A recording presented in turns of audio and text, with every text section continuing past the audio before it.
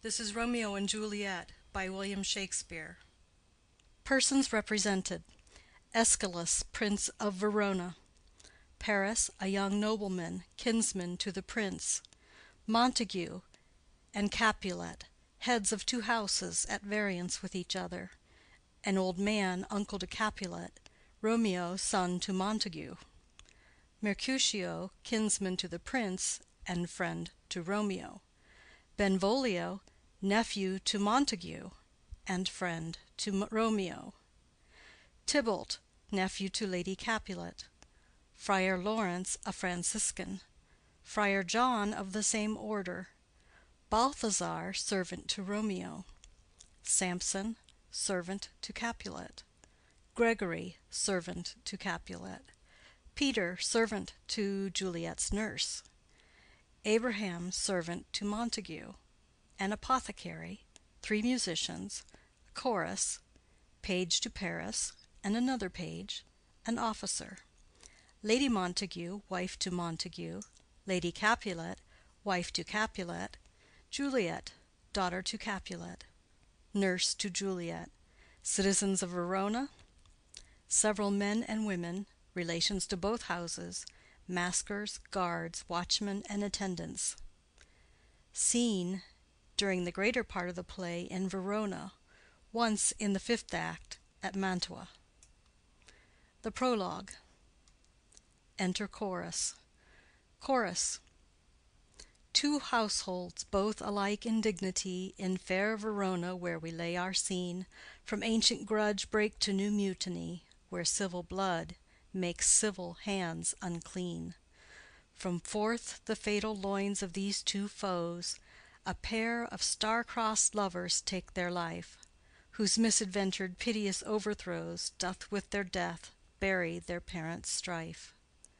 The fearful passage of their death-marked love, and the continuance of their parents' rage, which but their children's end naught could remove, is now the 2 hours' traffic of our stage; the which, if you with patient ears attend, what here shall miss, our toil shall strive to mend. Act I, Scene I. A public place. Enter Samson and Gregory, armed with swords and bucklers. Samson. Gregory, on my word, we'll not carry coals. Gregory. No, for then we should be colliers. Samson. I mean, an we be in collar, we'll draw. Gregory. Ay, while you live, draw your neck out of the collar. Samson. I strike quickly, being moved. Gregory. But thou art not quickly moved to strike. Samson. A dog of the house of Montague moves me. Gregory. To move is to stir, and to be valiant is to stand. Therefore, if thou art moved, thou run'st away. Samson. A dog of that house shall move me to stand. I will take the wall of any man or maid of Montague's. Gregory. That shows thee a weak slave, for the weakest goes to the wall. Samson. True, and therefore women, being the weaker vessels, are ever thrust to the wall. Therefore I will push Montague's men from the wall, and thrust his maids to the wall. Gregory. The quarrel is between our masters, and us their men. 'Tis all one, I will show myself a tyrant. When I have fought with the men, I will be cruel with the maids, I will cut off their heads. Gregory. The heads of the maids? Samson. Ay, the heads of the maids, or their maidenheads. Take it in what sense thou wilt. Gregory. They must take it in sense that feel it. Samson. Me they shall feel while I am able to stand, and 'tis known I am a pretty piece of flesh. Gregory. 'Tis well thou art not fish. If thou hadst, thou hadst been poor. John. Draw thy tool, here comes two of the house of Montagues. Samson. My naked weapon is out. Quarrel, I will back thee. Gregory. How? Turn thy back and run? Samson. Fear me not. Gregory. No, marry, I fear thee. Samson. Let us take the law of our sides. Let them begin. Gregory. I will frown as I pass by, and let them take it as they list. Samson. Nay, as they dare. I will bite my thumb at them, which is disgrace to them if they bear it. Enter Abraham and Balthazar. Abraham. Do you bite your thumb at us, sir? Samson. I do bite my thumb, sir. Abraham. Do you bite your thumb at us, sir? Samson. Is the law of our side if I say aye? Gregory. No. Samson. No, sir, I do not bite my thumb at you, sir, but I bite my thumb, sir. Gregory. Do you quarrel, sir? Abraham. Quarrel, sir? No, sir. Samson. But if you do, sir, I am for you. I serve as good a man as you. Abraham. No better. Samson. Well, sir. Gregory. Say better. Here comes one of my master's kinsmen. Samson. Yes, better, sir. Abraham. You lie. Samson. Draw, if you be men. Gregory, remember thy swashing blow. They fight. Enter Benvolio. Benvolio. Part, fools! Put up your swords. You know not what you do. Beats down their swords. Enter Tybalt. Tybalt. What art thou drawn among these heartless hinds? Turn thee, Benvolio, look upon thy death. Benvolio. I do but keep the peace. Put up thy sword, or manage it to part these men with me. Tybalt. What, drawn, and talk of peace? I hate the word, as I hate hell, all Montagues, and thee. Have at thee, coward. They fight. Enter several of both houses, who join the fray. Then enter citizens with clubs. One citizen. Clubs, bills, and partisans, strike, beat them down. Down with the Capulets, down with the Montagues. Enter Capulet in his gown, and Lady Capulet. Capulet. What noise is this? Give me my long sword. Ho! Lady Capulet. A crutch, a crutch! Why call you for a sword? Capulet. My sword, I say. Old Montague is come, and flourishes his blade in spite of me. Enter Montague and his Lady Montague. Montague. Thou villain Capulet, hold me not. Let me go. Lady Montague. Thou shalt not stir one foot to seek a foe. Enter Prince with attendants. Prince. Rebellious subjects, enemies to peace, profaners of this neighbor-stained steel, will they not hear? What ho, you men, you beasts, that quench the fire of your pernicious rage with purple fountains issuing from your veins! On pain of torture from those bloody hands, throw your mistempered weapons to the ground, and hear the sentence of your moved prince. 3 civil brawls, bred of an airy word, by thee, old Capulet, and Montague, have thrice disturbed the quiet of our streets, and made Verona's ancient citizens cast by their grave beseeming ornaments, to wield old partisans, in hands as old, cankered with peace, to part your cankered hate. If ever you disturb our streets again, your lives shall pay the forfeit of the peace. For this time all the rest depart away.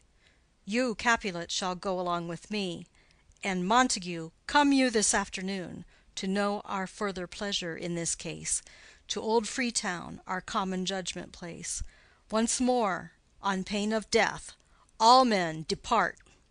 Exit Prince and attendants, Capulet, Lady Capulet, Tybalt, citizens, and servants. Montague. Who set this ancient quarrel new abroach? Speak, nephew, were you by when it began? Benvolio. Here were the servants of your adversary and yours, close fighting ere I did approach. I drew to part them. In the instant came the fiery Tybalt with his sword prepared, which as he breathed defiance to my ears he swung about his head and cut the winds, who, nothing hurt withal, hissed him in scorn. While we were interchanging thrusts and blows, came more and more, and fought on part and part, till the prince came, who parted either part. Lady Montague. Oh, where is Romeo? Saw you him to-day? Right glad I am he was not at this fray. Benvolio. Madam, an hour before the worshipped sun peered forth the golden window of the east, a troubled mind drave me to walk abroad, where, underneath the grove of sycamore, that westward rooteth from the city's side, so early walking did I see your son. Towards him I made, but he was ware of me, and stole into the covert of the wood. I, measuring his affections by my own, that most are busied when they're most alone, pursued my humor, not pursuing his, and gladly shunned who gladly fled from me. Montague. Many a morning hath he there been seen, with tears augmenting the fresh morning's dew, adding to clouds more clouds with his deep sighs, but all so soon as the all-cheering sun should in the farthest east begin to draw the shady curtains from Aurora's bed, away from light steals home my heavy son, and private in his chamber pens himself, shuts up his windows, locks fair daylight out, and makes himself an artificial night. Black and portentous must this humor prove, unless good counsel may the cause remove. Benvolio. My noble uncle, do you know the cause? Montague. I neither know it nor can learn of him. Benvolio. Have you importuned him by any means? Montague. Both by myself and many other friends. But he, his own affection's counselor, is to himself, I will not say how true, but to himself so secret and so close, so far from sounding and discovery, as is the bud bit with an envious worm ere he can spread his sweet leaves to the air, or dedicate his beauty to the sun. Could we but learn from whence his sorrows grow, we would as willingly give cure as know. Benvolio. See, here he comes. So please you step aside. I'll know his grievance, or be much denied. Montague. I would thou wert so happy by thy stay to hear true shrift. Come, madam, let's away. Exit Montague and lady. Enter Romeo. Benvolio. Good morrow, cousin. Romeo. Is the day so young? Benvolio. But new struck 9. Romeo. Ay me, sad hours seem long. Was that my father that went hence so fast? Benvolio. It was. What sadness lengthens Romeo's hours? Romeo. Not having that which having makes them short. Benvolio. In love? Romeo. Out. Benvolio. Of love? Romeo. Out of her favor where I am in love. Benvolio. Alas, that love, so gentle in his view, should be so tyrannous and rough in proof.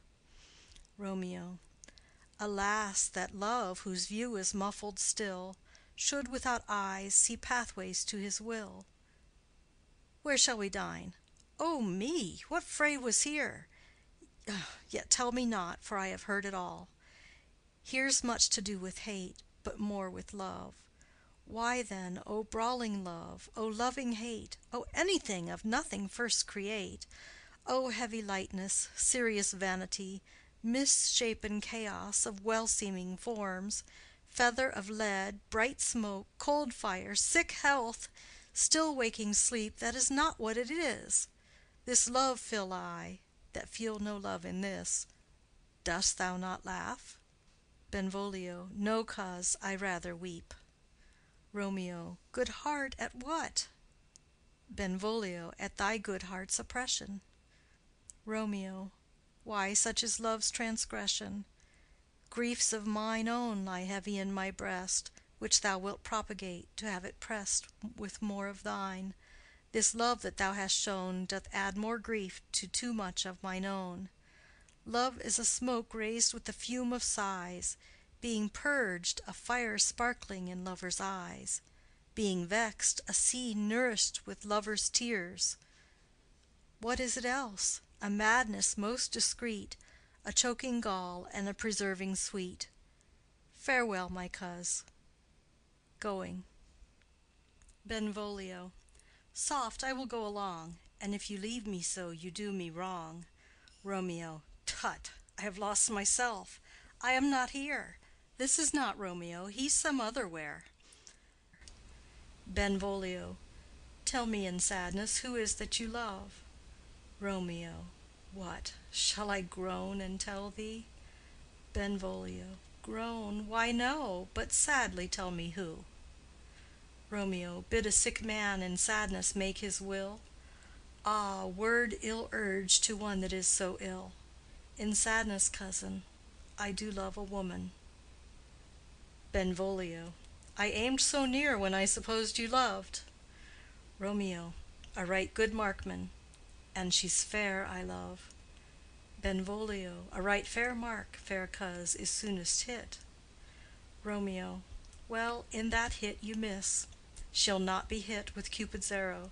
She hath Dian's wit, and in strong proof of chastity well armed, from love's weak childish bow she lives unharmed. She will not stay the siege of loving terms, nor bide the encounter of assailing eyes, nor ope her lap to saint seducing gold. Oh, she's rich in beauty, only poor that when she dies, with beauty dies her store. Benvolio, then she hath sworn that she will still live chaste? Romeo, she hath, and in that sparing makes huge waste. For beauty, starved with her severity, cuts beauty off from all posterity. She is too fair, too wise, wisely too fair, to merit bliss by making me despair. She hath forsworn to love, and in that vow do I live dead that live to tell it now. Benvolio, be ruled by me, forget to think of her. Romeo, oh, teach me how I should forget to think. Benvolio, by giving liberty unto thine eyes. Examine other beauties. Romeo, 'tis the way to call hers exquisite in question more. These happy masks that kiss fair ladies' brows, being black, puts us in mind they hide the fair. He that is strucken blind cannot forget the precious treasure of his eyesight lost. Show me a mistress that is passing fair. What doth her beauty serve but as a note where I may read who passed that passing fair? Farewell, thou canst not teach me to forget. Benvolio, I'll pay that doctrine, or else die in debt. Exit. End of Scene 1. Scene 2. A street. Enter Capulet, Paris, and servant. Capulet.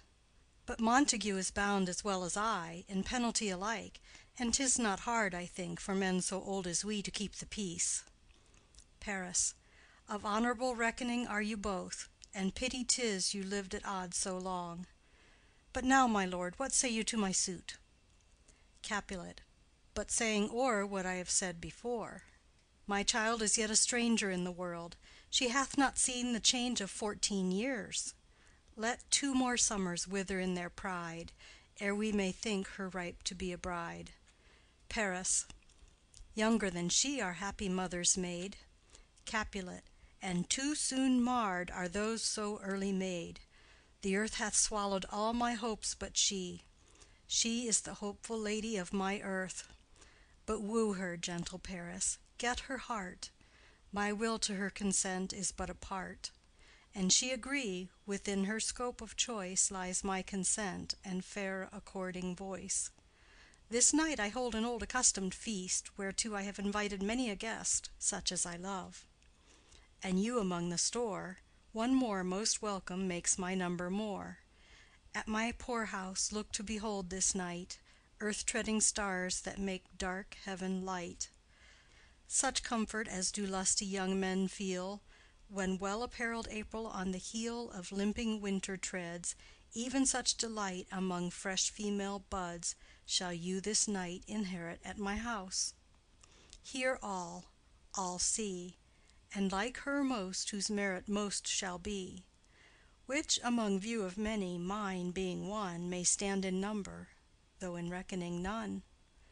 Come, go with me. Go, sirrah, trudge about through fair Verona, find those persons out whose names are written there, gives a paper, and to them say, my house and welcome on their pleasure stay. Exit Capulet and Paris. Servant. Find them out whose names are written here. It is written that the shoemaker should meddle with his yard, and the tailor with his last, the fisher with his pencil, and the painter with his nets. But I am sent to find those persons whose names are here writ, and can never find what names the writing person hath here writ. I must to the learned, in good time. Enter Benvolio and Romeo. Benvolio. Tut, man, one fire burns out another's burning. One pain is lessened by another's anguish. Turn giddy, and be holp by backward turning. One desperate grief cures with another's languish. Take thou some new infection to thy eye, and the rank poison of the old will die. Romeo. Your plantain leaf is excellent for that. Benvolio. For what, I pray thee? Romeo. For your broken shin. Benvolio. Why, Romeo, art thou mad? Romeo. Not mad, but bound more than a madman is, shut up in prison, kept without my food, whipped and tormented and— Good-den, good fellow. Servant. God gi' good-den. I pray, sir, can you read? Romeo. Ay, mine own fortune in my misery. Servant. Perhaps you have learned it without book, but I pray, can you read anything you see? Romeo. Ay, if I know the letters and the language. Servant. Ye say honestly. Rest you merry. Romeo. Stay, fellow, I can read. Reads. Signor Martino and his wife and daughters, County Anselmo and his beauteous sisters, the lady widow of Vitruvio, Signor Placentio and his lovely nieces, Mercutio and his brother Valentine, mine uncle Capulet, his wife and daughters, my fair niece Rosaline, Livia, Signor Valentio and his cousin Tybalt, Lucio and the lively Helena. A fair assembly. Gives back the paper. Whither should they come? Servant. Up. Romeo. Whither? Servant. To supper, to our house. Romeo. Whose house? Servant. My master's. Romeo. Indeed, I should have asked you that before. Servant. Now I'll tell you without asking. My master is the great rich Capulet, and if you be not of the house of Montagues, I pray, come and crush a cup of wine. Rest you merry. Exit. Benvolio. At this same ancient feast of Capulets sups the fair Rosaline, whom thou so lovest, with all the admired beauties of Verona. Go thither, and with unattainted eye compare her face with some that I shall show, and I will make thee think thy swan a crow. Romeo. When the devout religion of mine eye maintained such falsehood, then turn tears to fires, and these, who often drowned, could never die, transparent heretics, be burnt for liars. One fairer than my love? The all-seeing sun ne'er saw her match since first the world begun. Benvolio. Tut, you saw her fair, none else being by, herself poised with herself in either eye. But in that crystal scales let there be weighed your lady's love against some other maid, that I will show you shining at this feast, and she shall scant show well that now shows best. Romeo. I'll go along, no such sight to be shown, but to rejoice in splendor of mine own. Exit. Scene 3. Room in Capulet's house. Enter Lady Capulet and nurse. Lady Capulet. Nurse, where's my daughter? Call her forth to me. Nurse. By my maidenhead, at 12-year-old I bade her come. What, lamb? What, ladybird? God forbid! Where's this girl? What, Juliet? Enter Juliet. Juliet. How now? Who calls? Nurse. Your mother. Juliet. Madam, I am here. What is your will? Lady Capulet. This is the matter. Nurse, give leave a while. We must talk in secret. Nurse, come back again. I have remembered me. Thou's hear our counsel. Thou knowest my daughter's of a pretty age. Nurse. Faith, I can tell her age unto an hour. Lady Capulet. She's not 14. Nurse. I'll lay 14 of my teeth, and yet to my teen be it spoken, I have but 4. She is not 14. How long is it now to Lammastide? Lady Capulet. A fortnight and odd days. Nurse. Even or odd, of all the days in the year, come Lammas Eve at night shall she be 14. Susan and she, God rest all Christian souls, were of an age. Well, Susan is with God. She was too good for me. But, as I said, on Lammas Eve at night shall she be 14. That shall she, Mary. I remember it well. 'Tis since the earthquake now 11 years, and she was weaned. I never shall forget it. Of all the days of the year, upon that day, for I had then laid wormwood to my dug, sitting in the sun under the dove house wall, My lord and you were then at Mantua. Nay, I do bear a brain. But as I said, when it did taste the wormwood on the nipple of my dug, and felt it bitter, pretty fool, to see it tetchy and fall out with the dug. Shake, quoth the dove–house, 'twas no need, I trow, to bid me trudge, and since that time it is 11 years. For then she could stand alone, nay, by the rood she could have run and waddled all about, for even the day before she broke her brow. And then my husband, God be with his soul, he was a merry man, took up the child. Yea, quoth he, dost thou fall upon thy face? Thou wilt fall backward when thou hast more wit. Wilt thou not, Jule? And by my holidame, the pretty wretch left crying, and said, Aye. To see now how a jest shall come about, I warrant, and I should live 1,000 years, and never should forget it. Wilt thou not, Jule? Quoth he. And pretty fool it stinted, and said, Aye. Lady Capulet. Enough of this.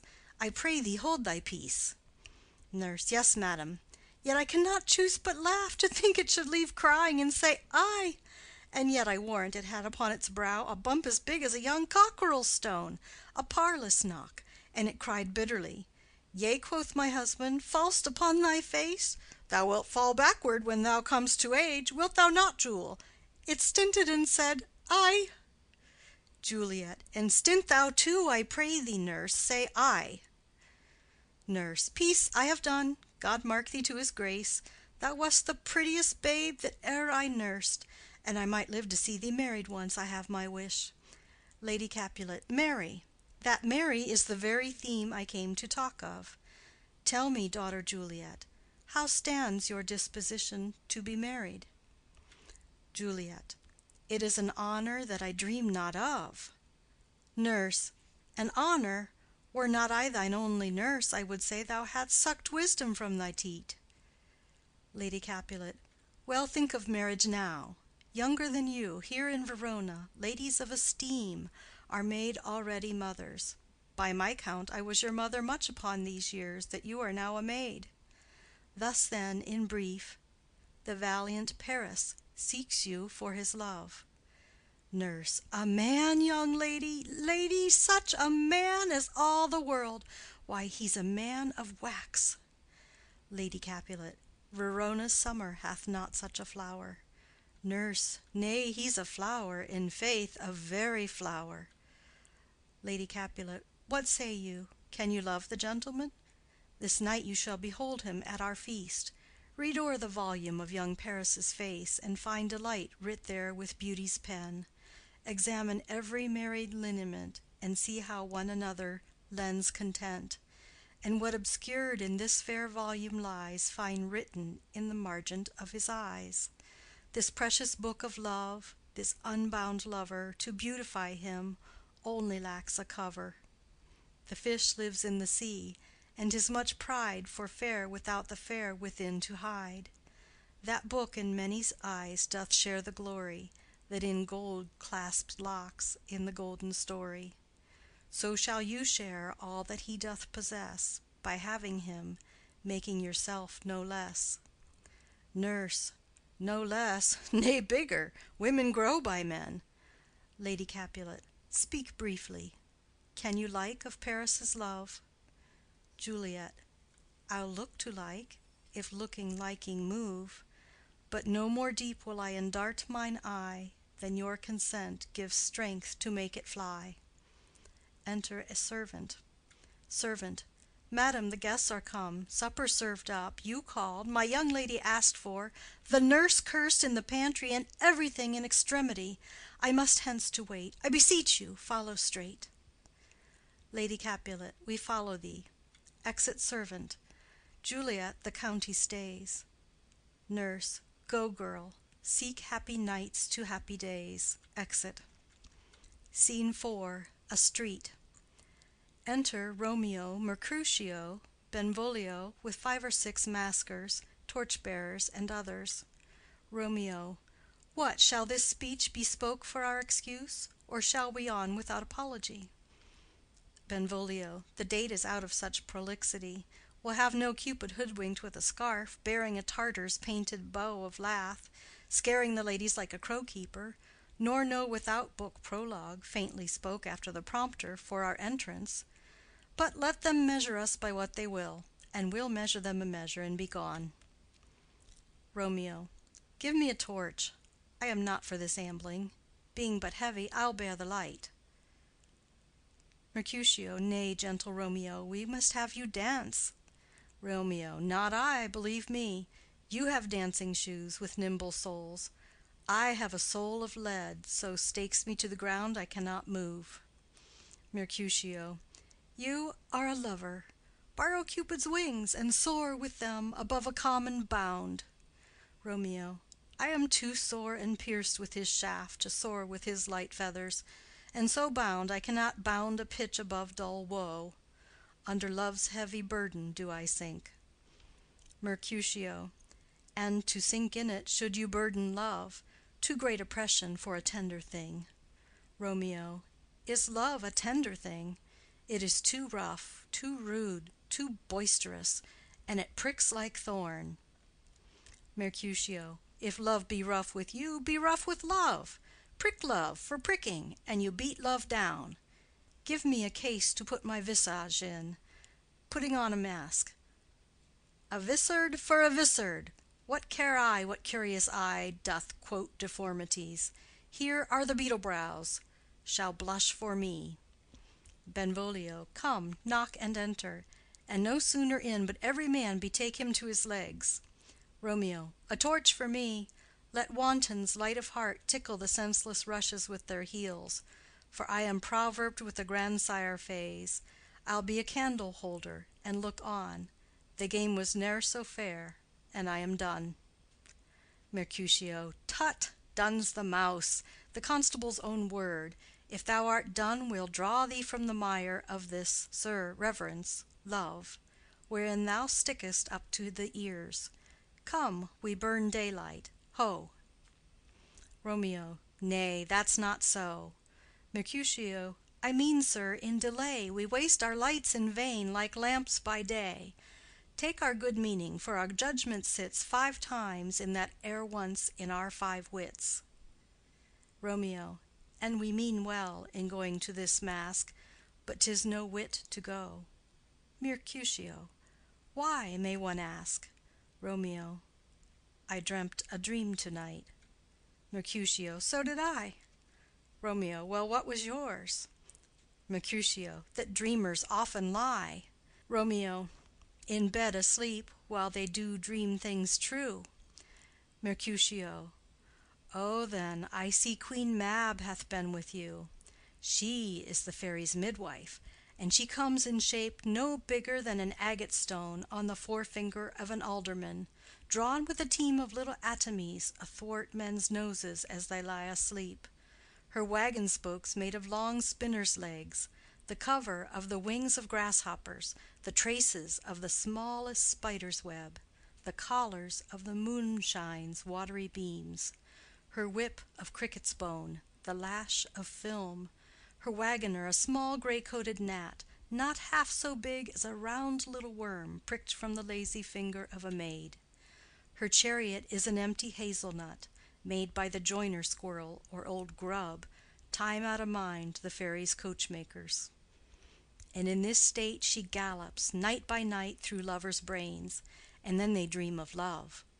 Or courtiers' knees that dream on courtesies straight, or lawyers' fingers who straight dream on fees, or ladies' lips who straight on kisses dream, which oft the angry Mab with blisters plagues, because their breaths with sweetmeats tainted are.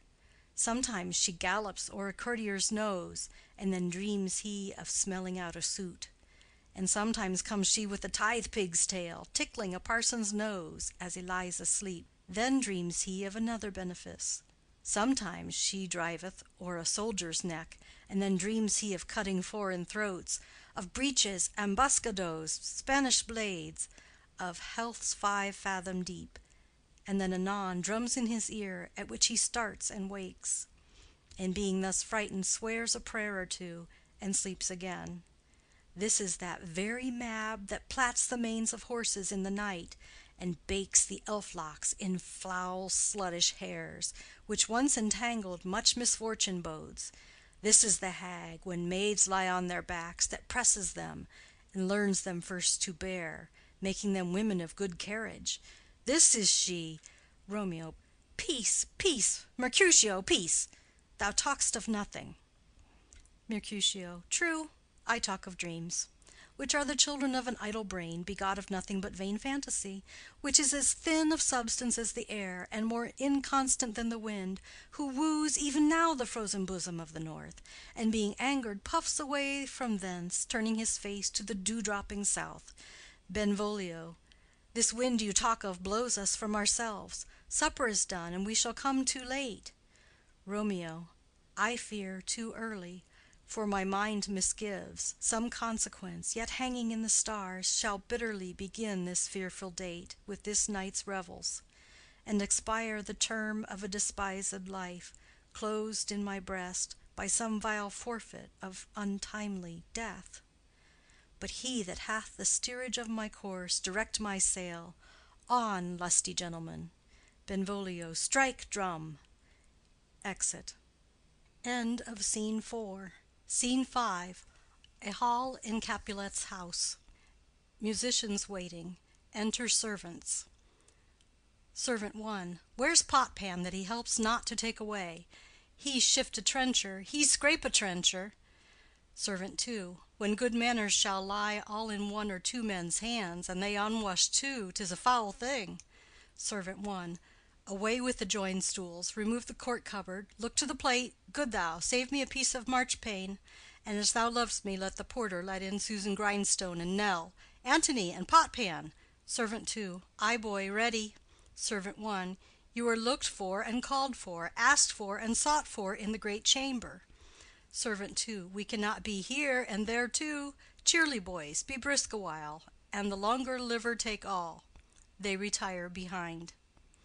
Enter Capulet, etc., with the guests and maskers. Capulet. Welcome, gentlemen, ladies that have their toes unplagued with corns will have a bout with you. Aha, my mistresses, which of you all will now deny to dance? She that makes dainty, she, I'll swear, hath corns. Am I come near you now? Welcome, gentlemen. I have seen the day that I have worn a vissard, and could tell a whispering tale in a fair lady's ear, such as would please. 'Tis gone, 'tis gone, 'tis gone. You are welcome, gentlemen. Come, musicians, play. A hall, give room, and foot it, girls. Music plays, and they dance. More light, you knaves, and turn the tables up, and quench the fire, the room is grown too hot. Ah, sirrah, this unlooked-for sport comes well. Nay, sit, good cousin Capulet, for you and I are past our dancing days. How long is it now since last yourself and I were in a mask? Capulet. 2. By your lady, 30 years. Capulet. What, man, 'tis not so much, 'tis not so much, 'tis since the nuptial of Lucentio. Come Pentecost as quickly as it will, some 25 years, and then we masked. Capulet. 2. 'Tis more, 'tis more, his son is elder, sir, his son is 30. Capulet. Will you tell me that? His son was but a ward 2 years ago. Romeo. What lady is that which doth enrich the hand of yonder knight? Servant. I know not, sir. Romeo. Oh, she doth teach the torches to burn bright. It seems she hangs upon the cheek of night like a rich jewel in an Ethiop's ear. Beauty too rich for use, for earth too dear. So shows a snowy dove trooping with crows, as yonder lady o'er her fellows shows. The measure done, I'll watch her place of stand, and touching hers, make blessed my rude hand. Did my heart love till now? Forswear at sight, for I ne'er saw true beauty till this night. Tybalt. This, by his voice, should be a Montague. Fetch me my rapier, boy. What, dares the slave come hither, covered with an antic face, to flee and scorn at our solemnity? Now, by the stock and honor of my kin, to strike him dead I hold it not a sin. Capulet. Why, how now, kinsman, wherefore storm you so? Tybalt. Uncle, this is a Montague, our foe. a villain that is hither come in spite to scorn at our solemnity this night. Capulet. Young Romeo is it? Tybalt. 'Tis he, that villain Romeo. Capulet. Content thee, gentle coz, let him alone. He bears him like a portly gentleman. And to say truth, Verona brags of him to be a virtuous and well-governed youth. I would not for the wealth of all the town here in my house do him disparagement. Therefore be patient, take no note of him, it is my will. The which if thou respect, show a fair presence, and put off these frowns, and ill-beseeming semblage for a feast. Tybalt. It fits when such a villain is a guest. I'll not endure him. Capulet. He shall be endured. What, goodman boy, I say he shall. Go to. Am I the master here, or you? Go to. You'll not endure him, God shall mend my soul. You'll make a mutiny among my guests. You'll set a cock-a-hoop. You'll be the man. Tybalt. Why, uncle, 'tis a shame. Capulet. Go to, go to. You are a saucy boy. Is it so indeed? This trick may chance to scathe you. I know what. You must contrary me. Marry, 'tis time. Well said, my hearts. You are a prince-cox. Go, be quiet, or more light, more light. For shame, I'll make you quiet. What, cheerly, my hearts. Tybalt. Patience perforce with wilful choler meeting makes my flesh tremble in their different greeting. I will withdraw, but this intrusion shall, now seeming sweet, convert to bitter gall. Exit. Romeo to Juliet. If I profane with my unworthiest hand this holy shrine, the gentle fine is this: my lips, two blushing pilgrims, ready stand to smooth that rough touch with a tender kiss. Juliet. Good pilgrim, you do wrong your hands too much, which mannerly devotion shows in this. For saints have hands that pilgrims' hands do touch, and palm to palm is holy palmer's kiss. Romeo. Have not saints lips, and holy palmers too? Juliet. Ay, pilgrim, lips that they must use in prayer. Romeo. O then, dear saint, let lips do what hands do. They pray, grant thou, lest faith turn to despair. Juliet. Saints do not move, though grant for prayer's sake. Romeo. Then move not, while my prayer's effect I take. Thus from my lips, by thine my sin is purged. Kisses her. Juliet. Then have my lips the sin that they have took. Romeo. Sin from my lips? O trespass sweetly urged, give me my sin again. Juliet. You kiss by the book. Nurse. Madam, your mother craves a word with you. Romeo. What is her mother? Nurse. Merry bachelor, her mother is the lady of the house, and a good lady, and a wise and virtuous. I nursed her daughter that you talked withal. I tell you, he that can lay hold of her shall have the chinks. Romeo. Is she a Capulet? O dear account, my life is my foe's debt. Benvolio. Away, be gone, the sport is at the best. Romeo. Ay, so I fear, the more is my unrest. Capulet. Nay, gentlemen, prepare not to be gone. We have a trifling foolish banquet towards. Is it e'en so? Why then, I thank you all. I thank you, honest gentlemen. Good night. More torches here. Come on then, let's to bed. Ah, sirrah. To second Capulet. By my fay, it waxes late. I'll to my rest. Exit all but Juliet and nurse. Juliet. Come hither, nurse. What is yon gentleman? Nurse. The son and heir of old Tiberio. Juliet. What's he that now is going out of door? Nurse. Marry, that I think be young Petruchio. Juliet. What's he that follows there, that would not dance? Nurse. I know not. Juliet. Go ask his name. If he be married, my grave is like to be my wedding bed. Nurse. His name is Romeo, and a Montague, the only son of your great enemy. Juliet. My only love, sprung from my only hate, too early seen unknown, and known too late. Prodigious birth of love it is to me, that I must love a loathed enemy. Nurse. What's this? What's this? Juliet. A rhyme I learned even now of one I danced withal. One calls within, Juliet! Nurse. Anon, anon. Come, let's away. The strangers all are gone. Exit. Enter chorus. Chorus. Now old desire doth in his deathbed lie, and young affection gapes to be his heir. That fair for which love groaned for and would die, with tender Juliet matched, is now not fair. Now Romeo is beloved, and loves again, alike bewitched by the charm of looks. But to his foe supposed he must complain, and she steal love's sweet bait from fearful hooks. Being held a foe, he may not have access to breathe such vows as lovers used to swear. And she as much in love, her means much less to meet her new beloved anywhere. But passion lends them power, time means to meet, tempering extremities with extreme sweet. Exit. End of Scene 5. End of Act 1. Act 2, Scene 1. An open place adjoining Capulet's garden. Enter Romeo. Romeo. Can I go forward when my heart is here? Turn back, dull earth, and find thy centre out.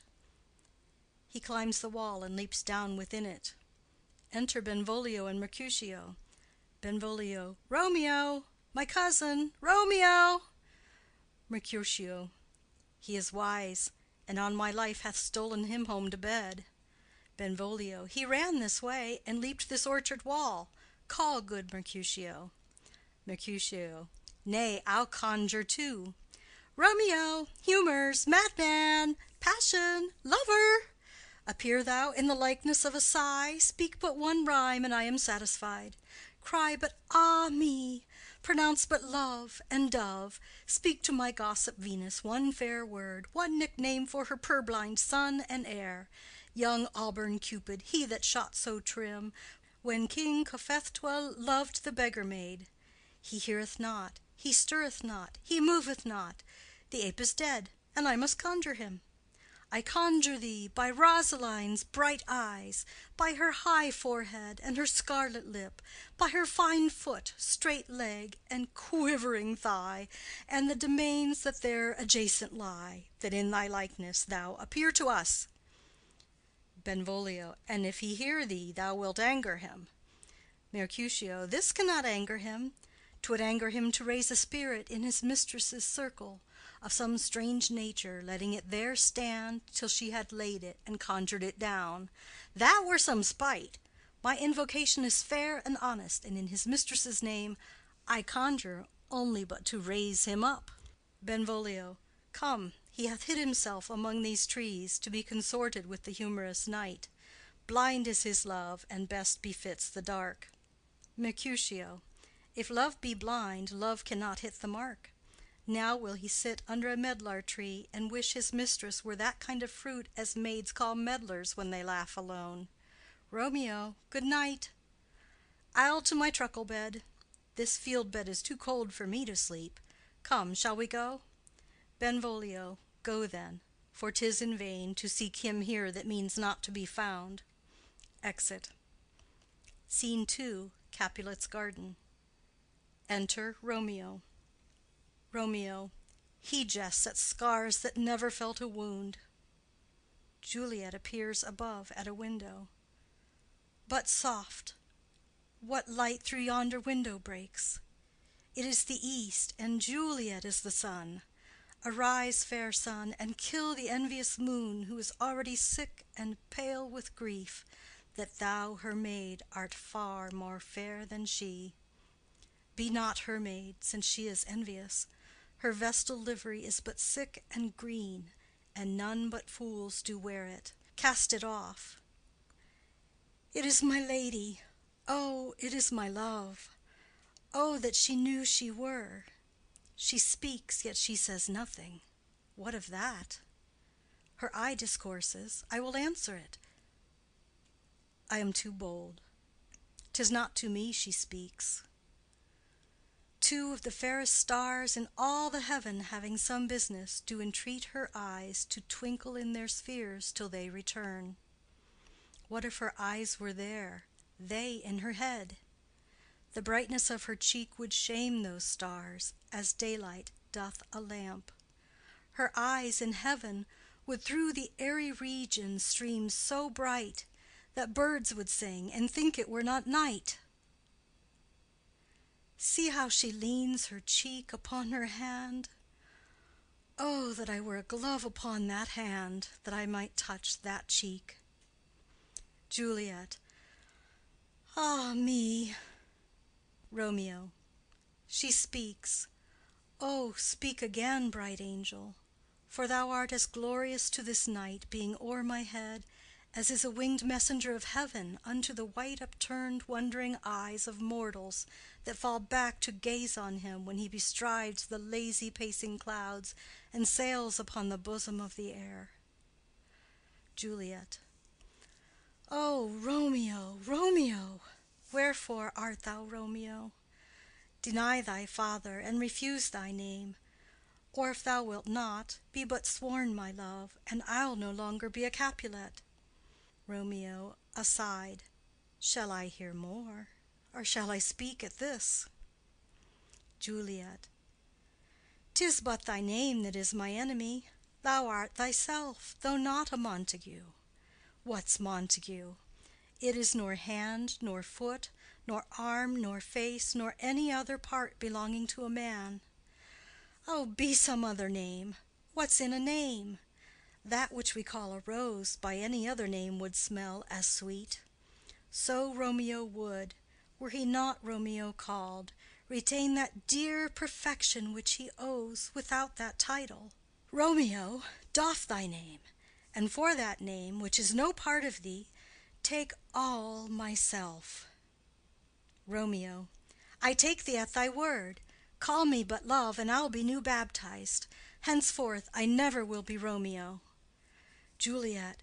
What man art thou, that thus bescreened in night so stumblest on my counsel? Romeo. By a name I know not how to tell thee who I am. My name, dear saint, is hateful to myself, because it is an enemy to thee.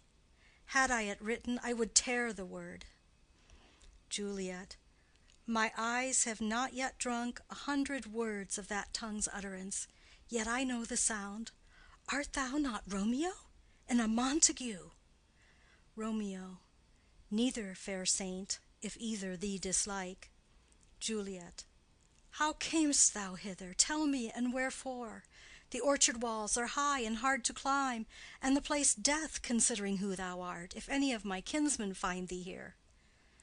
Romeo. With love's light wings did I o'erperch these walls, for stony limits cannot hold love out. And what love can do, that dares love attempt. Therefore thy kinsmen are no let to me. Juliet. If they do see thee, they will murder thee. Romeo. Alack, there lies more peril in thine eye than 20 of their swords. Look thou but sweet, and I am proof against their enmity. Juliet. I would not for the world they saw thee here. Romeo. I have night's cloak to hide me from their sight, and but thou love me, let them find me here. My life were better ended by their hate than death prorogued wanting of thy love. Juliet. By whose direction found'st thou out this place? Romeo. By love, that first did prompt me to inquire. He lent me counsel, and I lent him eyes. I am no pilot, yet wert thou as far as that vast shore washed with the furthest sea, I would venture for such merchandise. Juliet. Thou knowest the mask of night is on my face, else would a maiden blush bepaint my cheek for that which thou hast heard me speak to-night. Fain would I dwell on form, fain deny what I have spoke.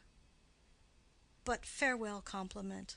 Dost thou love me? I know thou wilt say aye, and I will take thy word. Yet if thou swearest, thou mayst prove false. At lovers' perjuries they say Jove laughs. O gentle Romeo, if thou dost love, pronounce it faithfully. Or if thou thinkest I am too quickly won, I'll frown and be perverse and say thee nay, so thou wilt woo. But else not for the world. In truth, fair Montague, I am too fond, and therefore thou mayst think my haviour light. But trust me, gentlemen, I'll prove more true than those that have more cunning to be strange. I should have been more strange, I must confess, but that thou overheardst ere I was ware my true love passion. Therefore pardon me, and not impute this yielding to light love, which the dark night hath so discovered. Romeo. Lady, by yonder blessed moon I swear, that tips with silver all these fruit tree tops. Juliet. Oh, swear not by the moon, the inconstant moon, that monthly changes in her circled orb, lest that thy love prove likewise variable. Romeo. What shall I swear by? Juliet. Do not swear at all. Or if thou wilt, swear by thy gracious self, which is the god of my idolatry, and I'll believe thee. Romeo. If my heart's dear love— Juliet. Well, do not swear. Although I joy in thee, I have no joy of this contract to-night. It is too rash, too unadvised, too sudden, too like the lightning which doth cease to be ere one can say it lightens. Sweet good night. This bud of love by summer's ripening breath may prove a beauteous flower when next we meet. Good night, good night. As sweet repose and rest come to thy heart as that within my breast. Romeo. Oh, wilt thou leave me so unsatisfied? Juliet. What satisfaction canst thou have to-night? Romeo. The exchange of thy love's faithful vow for mine. Juliet. I gave thee mine before thou didst request it, and yet I would it were to give again. Romeo. Wouldst thou withdraw it? For what purpose, love? Juliet. But to be frank and give it thee again. And yet I wish but for the thing I have. My bounty is as boundless as the sea, my love as deep. The more I give to thee, the more I have, for both are infinite. I hear some noise within. Dear love, adieu. Nurse calls within. Juliet! Anon, good nurse. Sweet Montague, be true. Stay but a little. I will come again. Exit. Romeo. Oh, blessed, blessed night! I am afeard being in night, all this is but a dream, too flattering sweet to be substantial. Enter Juliet above. Juliet. 3 words, dear Romeo, and good night indeed. If that thy bent of love be honorable, thy purpose marriage, send me word to-morrow by one that I'll procure to come to thee, where and what time thou wilt perform the rite, and all my fortunes at thy foot I'll lay, and follow thee, my lord, throughout the world. Nurse within. Madam!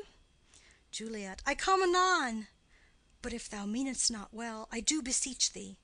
Nurse within. Madam! Juliet.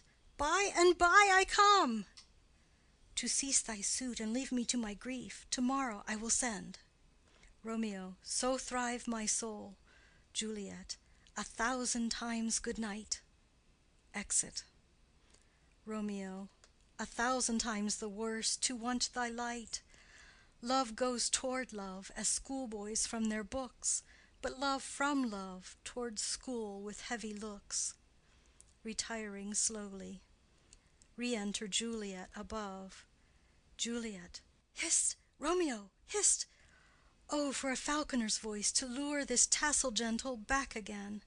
Bondage is hoarse and may not speak aloud, else would I tear the cave where Echo lies, and make her airy tongue more hoarse than mine with repetition of my Romeo's name. Romeo. It is my soul that calls upon my name. How silver sweet sound lovers' tongues by night, like softest music to attending ears. Juliet. Romeo! Romeo. My dear. Juliet. At what o'clock to-morrow shall I send to thee? Romeo. At the hour of 9. Juliet. I will not fail. 'Tis 20 years till then. I have forgot why I did call thee back. Romeo. Let me stand here till thou remember it. Juliet. I shall forget to have thee still stand there, remembering how I love thy company. Romeo. And I'll still stay to have thee still forget, forgetting any other home but this. Juliet. 'Tis almost morning.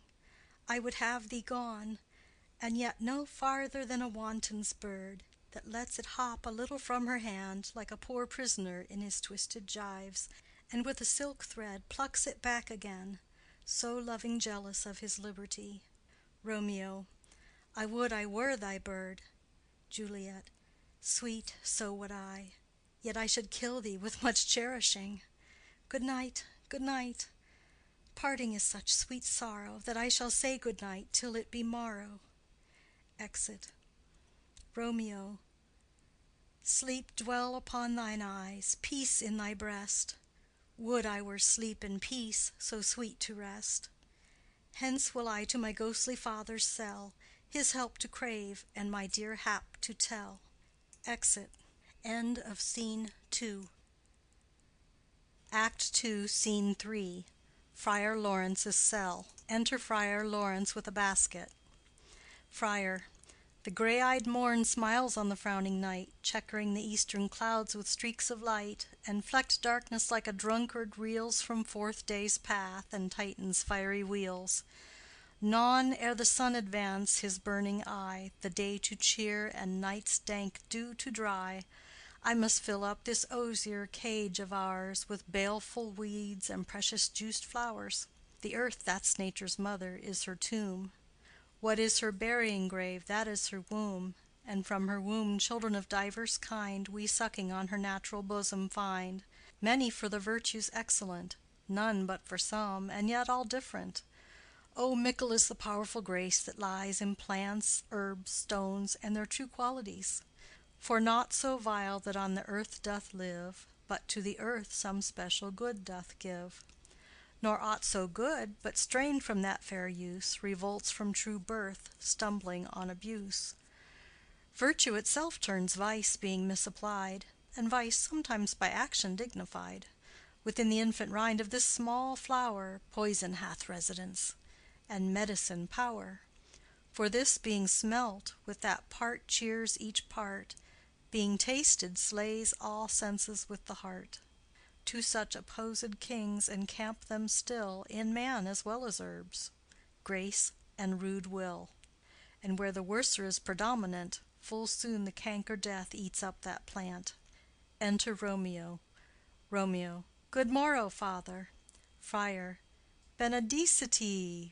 What early tongue so sweet saluteth me? Young son, it argues a distempered head so soon to bid good morrow to thy bed. Care keeps his watch in every old man's eye, and where care lodges sleep will never lie. But where unbruised youth with unstuffed brain doth couch his limbs, there golden sleep doth reign. Therefore thy earliness doth me assure thou art uproused with some distemperature. Or if not so, then here I hit it right, our Romeo hath not been in bed to-night. Romeo. That last is true, the sweeter rest was mine. Friar. God pardon sin! Wast thou with Rosaline? Romeo. With Rosaline, my ghostly father? No! I have forgot that name, and that name's woe. Friar. That's my good son. But where hast thou been then? Romeo. I'll tell thee ere thou ask it me again. I have been feasting with mine enemy, where on a sudden one hath wounded me that's by me wounded. Both our remedies within thy help and thy holy physic lies. I bear no hatred, blessed man, for lo, my intercession likewise steads my foe. Friar. Be plain, good son, and homely in thy drift. Riddling confession finds but riddling shrift. Romeo. Then plainly know my heart's dear love is set on the fair daughter of rich Capulet. As mine on hers, so hers is set on mine, and all combine, save what thou must combine by holy marriage, when and where and how we met, we wooed and made exchange of vow, I'll tell thee as we pass, but this I pray, that thou consent to marry us to-day. Friar. Holy Saint Francis, what a change is here! Is Rosaline, that thou didst love so dear, so soon forsaken? Young men's love, then, lies not truly in their hearts, but in their eyes. Jesu Maria, what a deal of brine hath washed thy sallow cheeks for Rosaline! How much salt water thrown away in waste, to season love that of it doth not taste! The sun not yet thy sighs from heaven clears, thy old groans ring yet in mine ancient ears. Lo, here upon thy cheek the stain doth sit of an old tear that is not washed off yet. If e'er thou wast thyself, and these woes thine, thou and these woes were all for Rosaline. And art thou changed? Pronounce this sentence then: women may fall when there's no strength in men. Romeo. Thou chidest me oft for loving Rosaline. Friar. For doting, not for loving, pupil mine. Romeo. And bad'st me bury love. Friar. Not in a grave to lay one in, another out to have. Romeo. I pray thee chide not. She whom I love now doth grace for grace and love for love allow. The other did not so. Friar. Oh, she knew well thy love did read by rote that could not spell. But come, young waverer, come go with me. In one respect I'll thy assistant be, for this alliance may so happy prove to turn your household's rancour to pure love. Romeo. Oh, let us hence. I stand on sudden haste. Friar. Wisely and slow they stumble that run fast. Exit. Scene 4. A street. Enter Benvolio and Mercutio. Mercutio. Where the devil should this Romeo be? Came he not home to-night? Benvolio. Not to his father's. I spoke with his man. Mercutio. Ah, that same pale hard-hearted wench, that Rosaline, torments him so that he will sure run mad. Benvolio. Tybalt, the kinsman to old Capulet, hath sent a letter to his father's house. Mercutio. A challenge on my life. Benvolio. Romeo will answer it. Mercutio. Any man that can write may answer a letter. Benvolio. Nay, he will answer the letter's master, how he dares, being dared. Mercutio. Alas, poor Romeo, he is already dead, stabbed with a white wench's black eye, shot through the ear with a love song, the very pin of his heart cleft with the blind bow boy's butt shaft. And is he a man to encounter Tybalt? Benvolio. Why, what is Tybalt? Mercutio. More than prince of cats, I can tell you. Oh, he's the courageous captain of compliments. He fights as you sing prick song, keeps time, distance, and proportion, rests me his minim, rest, 1, 2, and a third in your bosom, the very butcher of a silk button, a duellist, a gentleman of the very first house, of the first and second cause. Ah, the immortal passado, the punto reverso, the hey— Benvolio. The what? Mercutio. The pox of such antic, lisping, affecting fantasticos, these new tuners of accents. By Jesu, a very good blade, a very tall man, a very good whore. Why, is not this a lamentable thing, grandsire, that we should be thus afflicted with these strange flies, these fashion-mongers, these pardon-the-mois, who stand so much on the new form that they cannot sit at ease on the old bench? Oh, their bonds, their bonds! Benvolio. Here comes Romeo, here comes Romeo. Mercutio. Without his roe, like a dried herring. O flesh, flesh, how art thou fishified! Now he is for the numbers that Petrarch flowed in. Laura to his lady was but a kitchen wench. Mary, she had a better love to berhyme her. Dido, a dowdy. Cleopatra, a gypsy. Helen and Hero, Hildings and harlots. Thisbe, a grey eye or so, but not to the purpose. Enter Romeo. Signor Romeo, bonjour.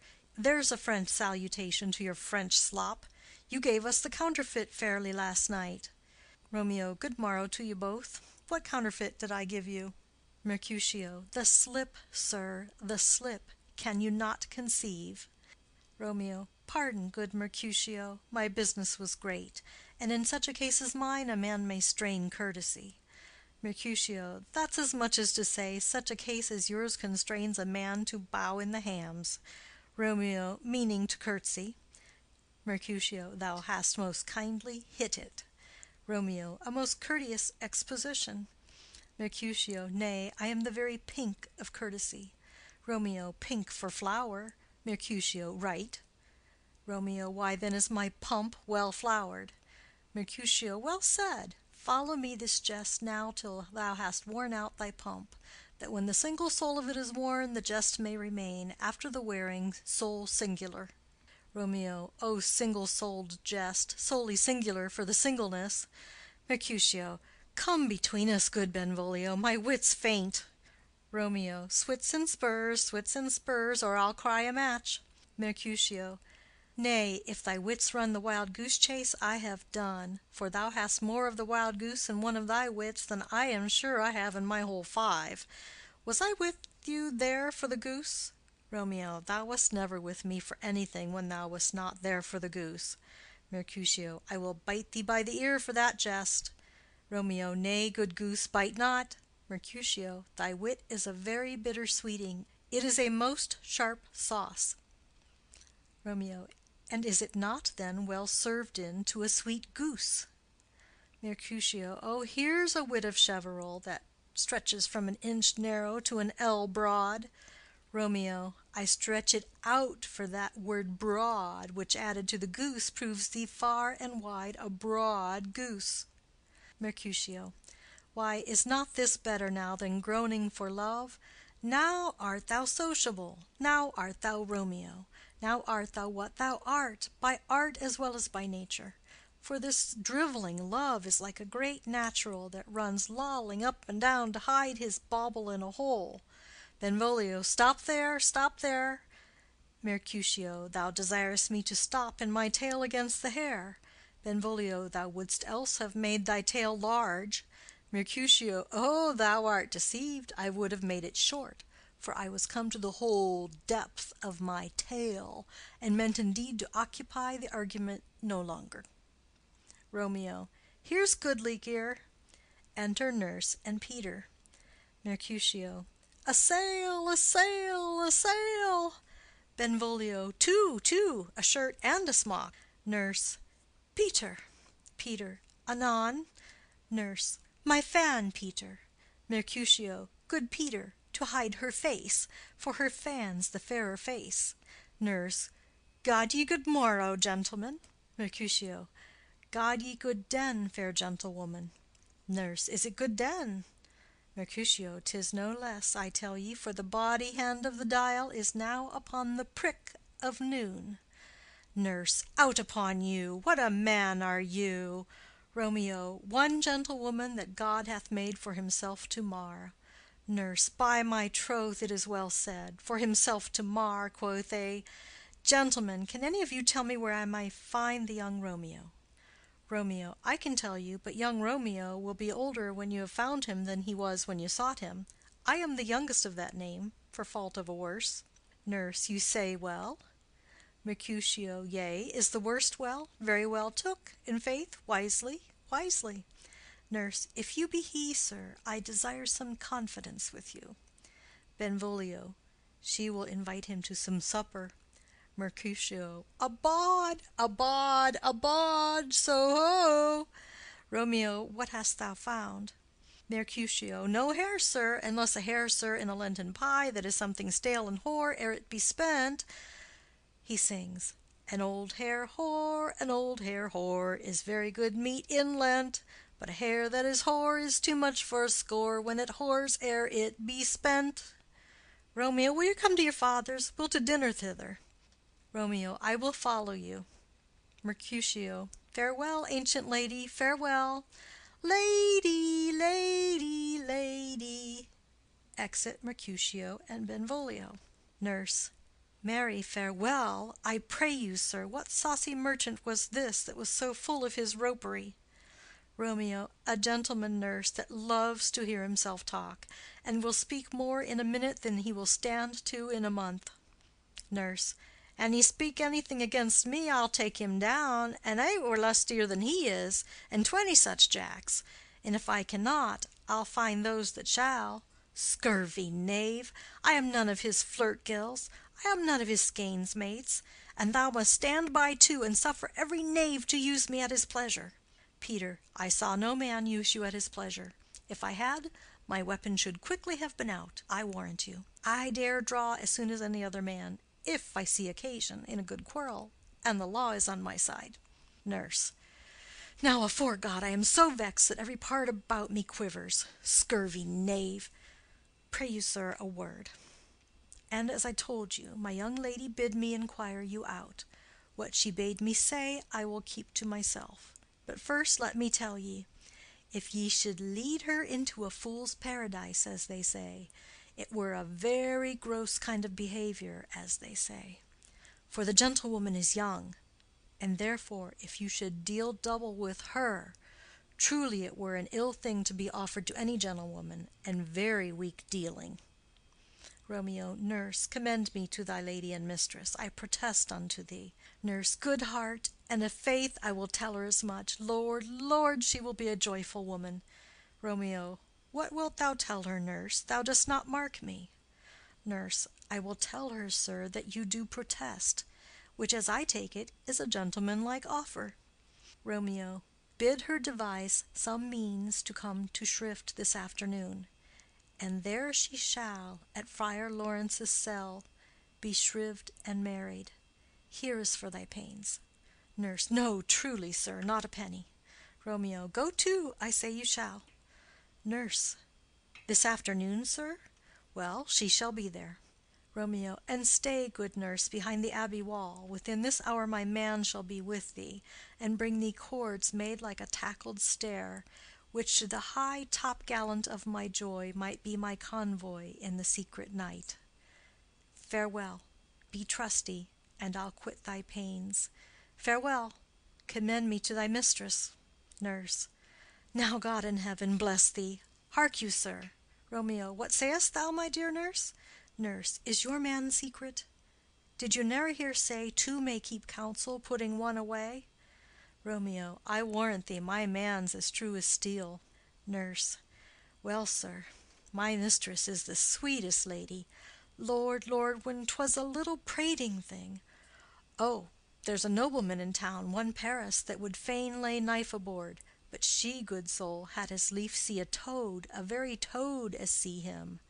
I anger her sometimes, and tell her that Paris is the properer man, but I'll warrant you, when I say so, she looks as pale as any clout in the versal world. Doth not Rosemary and Romeo begin both with a letter? Romeo. Ay, nurse. What of that? Both with an R.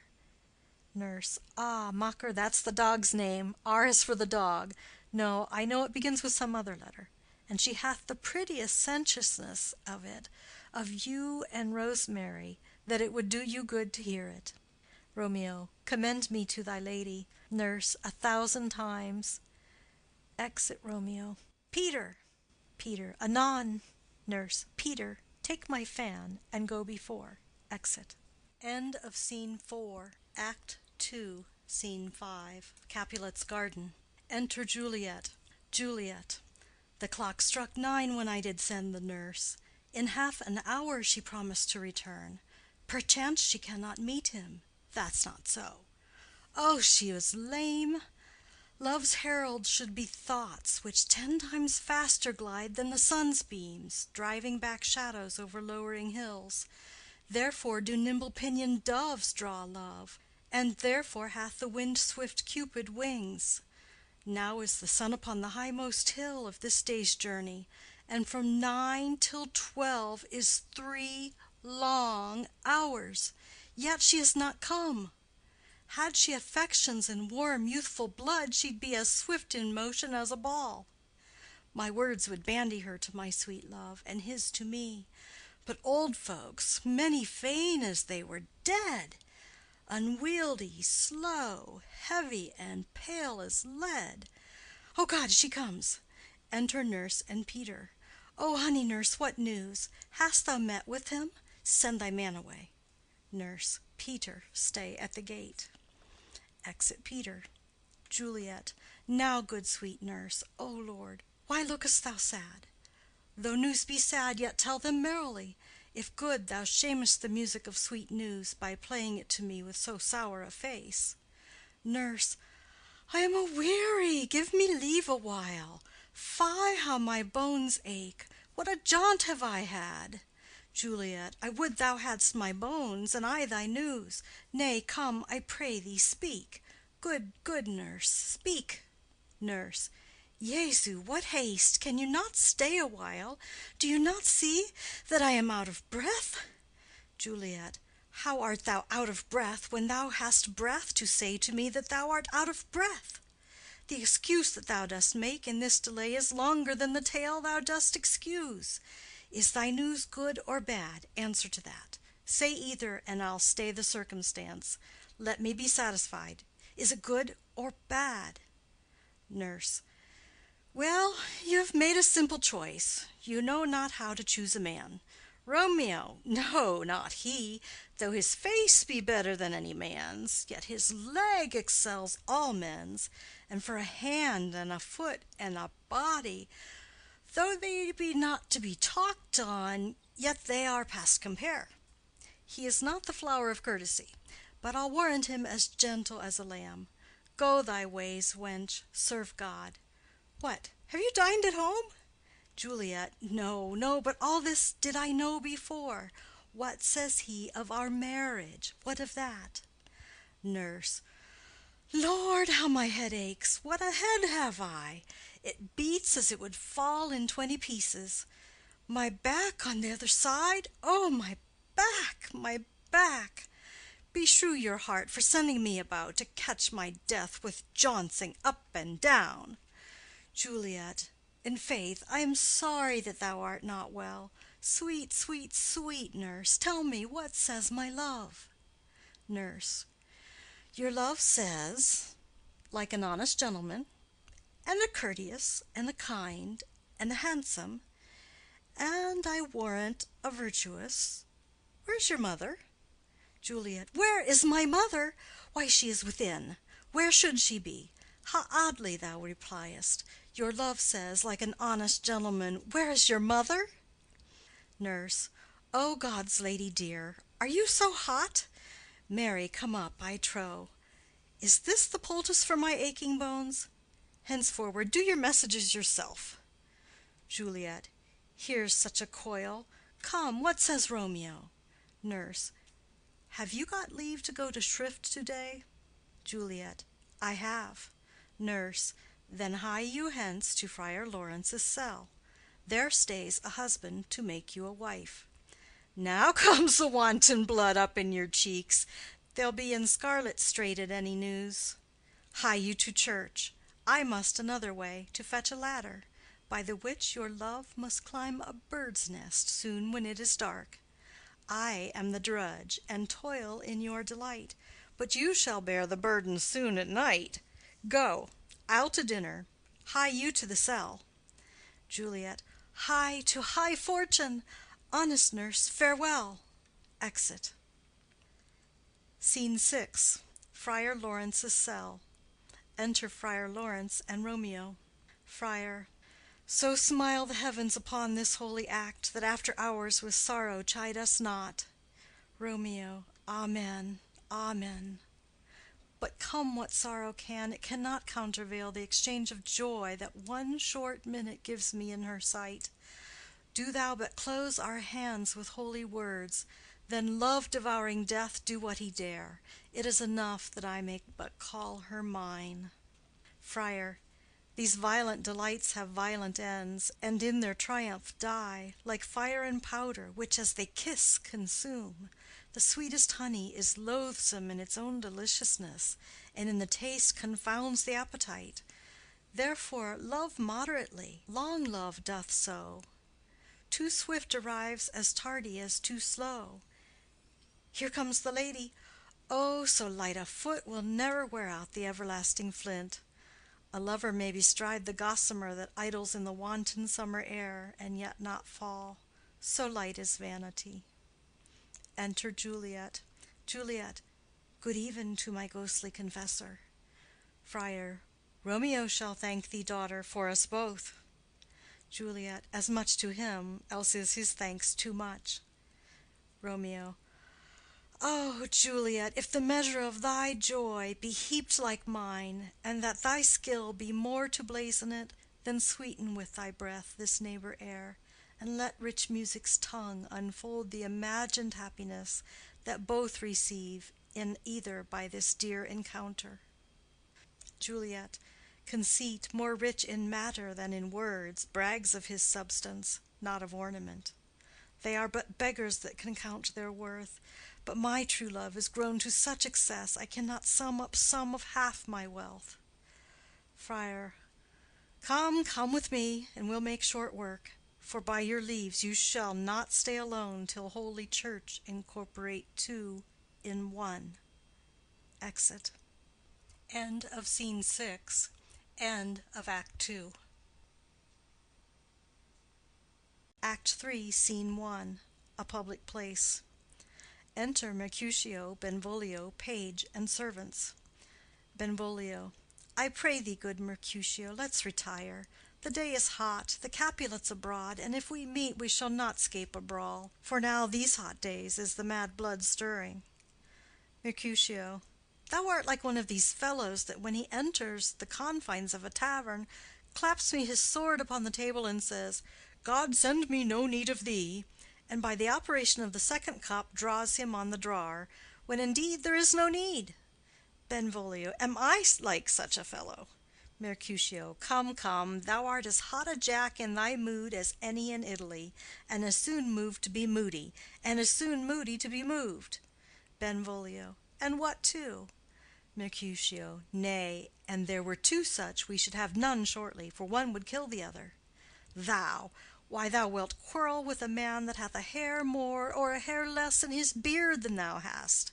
Thou wilt quarrel with a man for cracking nuts, having no other reason but because thou hast hazel eyes. What eye but such an eye would spy out such a quarrel? Thy head is as full of quarrels as an egg is full of meat, and yet thy head hath been beaten as addle as an egg for quarreling. Thou hast quarreled with a man for coughing in the street, because he hath wakened thy dog that hath lain asleep in the sun. Didst thou not fall out with a tailor for wearing his new doublet before Easter? With another for tying his new shoes with an old riband? And yet thou wilt tutor me from quarreling? Benvolio. And I were so apt to quarrel as thou art, any man should buy the fee simple of my life for an hour and a quarter. Mercutio. The fee simple, oh simple! Benvolio. By my head, here come the Capulets. Mercutio. By my heel, I care not. Enter Tybalt and others. Tybalt. Follow me close, for I will speak to them. Gentlemen, good den. A word with one of you. Mercutio. And but one word with one of us? Couple it with something. Make it a word and a blow. Tybalt. You shall find me apt enough to that, sir, and you will give me occasion. Mercutio. Could you not take some occasion without giving? Tybalt. Mercutio, thou consortest with Romeo. Mercutio. Consort? What dost thou make us, minstrels? And thou make minstrels of us, look to hear nothing but discords. Here's my fiddlestick. Here's that shall make you dance. Zounds, consort! Benvolio. We talk here in the public haunt of men. Either withdraw unto some private place and reason coldly of your grievances, or else depart. Here all eyes gaze on us. Mercutio. Men's eyes were made to look, and let them gaze. I will not budge for no man's pleasure, I. Tybalt. Well, peace be with you, sir. Here comes my man. Enter Romeo. Mercutio. But I'll be hanged, sir, if he wear your livery. Marry, go before to field, he'll be your follower. Your worship in that sense may call him man. Tybalt. Romeo, the love I bear thee can afford no better term than this. Thou art a villain. Romeo. Tybalt, the reason that I have to love thee doth much excuse the appertaining rage to such a greeting. Villain am I none. Therefore, farewell. I see thou knowest me not. Tybalt. Boy, this shall not excuse the injuries that thou hast done me. Therefore turn and draw. Romeo. I do protest I never injured thee, but love thee better than thou canst devise, till thou shalt know the reason of my love. And so, good Capulet, which name I tender as dearly as mine own, be satisfied. Mercutio.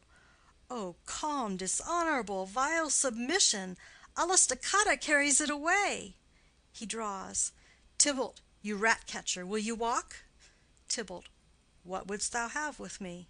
Mercutio, good king of cats, nothing but one of your 9 lives, that I mean to make bold withal, and as you shall use me hereafter, dry beat the rest of the 8. Will you pluck your sword out of his pitcher by the ears? Make haste, lest mine be about your ears ere it be out. Tybalt, I am for you. Drawing. Romeo, gentle Mercutio, put thy rapier up. Mercutio, come, sir, you are passado. They fight. Romeo, draw Benvolio, beat down their weapons. Gentlemen, for shame, forbear this outrage. Tybalt, Mercutio, the prince expressly hath forbid this bandying in Verona streets. Hold Tybalt, good Mercutio. Exit Tybalt with his partisans. Mercutio, I am hurt. A plague o'er both your houses. I am sped. Is he gone, and hath nothing? Benvolio, what, art thou hurt? Mercutio, I, a scratch, a scratch. Marry, 'tis enough. Where's my page? Go, villain, fetch a surgeon. Exit page. Romeo, courage, man, the hurt cannot be much. Mercutio, no, 'tis not so deep as a well, nor so wide as a church door, but 'tis enough. 'Twill serve. Ask for me to-morrow, and you shall find me a grave man. I am peppered, I warrant, for this world. A plague o'er both your houses. Zounds, a dog, a rat, a mouse, a cat, to scratch a man to death. A braggart, a rogue, a villain, that fights by the book of arithmetic. Why the devil came you between us? I was hurt under your arm. Romeo, I thought all for the best. Mercutio, help me into some house, Benvolio, or I shall faint. A plague o'er both your houses.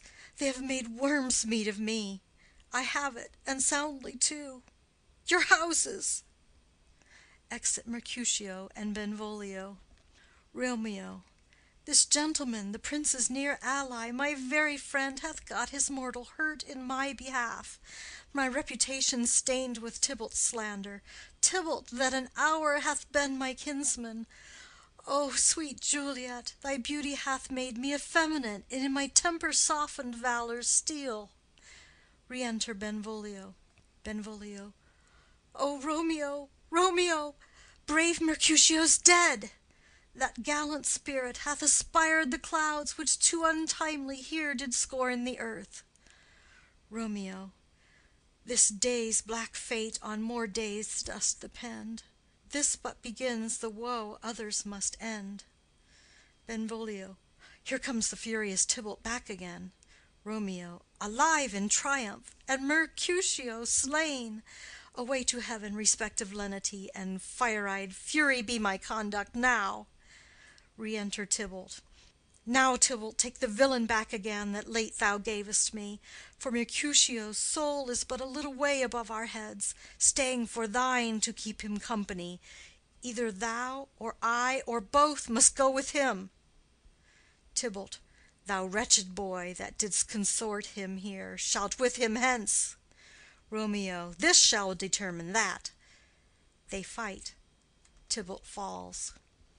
Benvolio. Romeo, away, begone. The citizens are up, and Tybalt slain. Stand not amazed. The prince will doom thee death if thou art taken. Hence, begone, away. Romeo. Oh, I am fortune's fool. Benvolio. Why dost thou stay? Exit Romeo. Enter citizens, etc. Citizen 1. Which way ran he that killed Mercutio? Tybalt, that murderer, which way ran he? Benvolio. There lies that Tybalt. Citizen 1. Up, sir, go with me. I charge thee in the prince's name obey. Enter Prince attended. Montague, Capulet, their wives, and others. Prince. Where are the vile beginners of this fray? Benvolio. O noble prince, I can discover all the unlucky manage of this fatal brawl. There lies the man slain by young Romeo, that slew thy kinsman, brave Mercutio. Lady Capulet. Tybalt, my cousin, O my brother's child! O prince, O husband, O the blood is spilled of my dear kinsman! Prince, as thou art true, for blood of ours shed blood of Montague. O cousin, cousin! Prince. Benvolio, who began this bloody fray? Benvolio. Tybalt, here slain, whom Romeo's hand did slay. Romeo, that spoke him fair, bid him bethink how nice the quarrel was, and urged withal your high displeasure.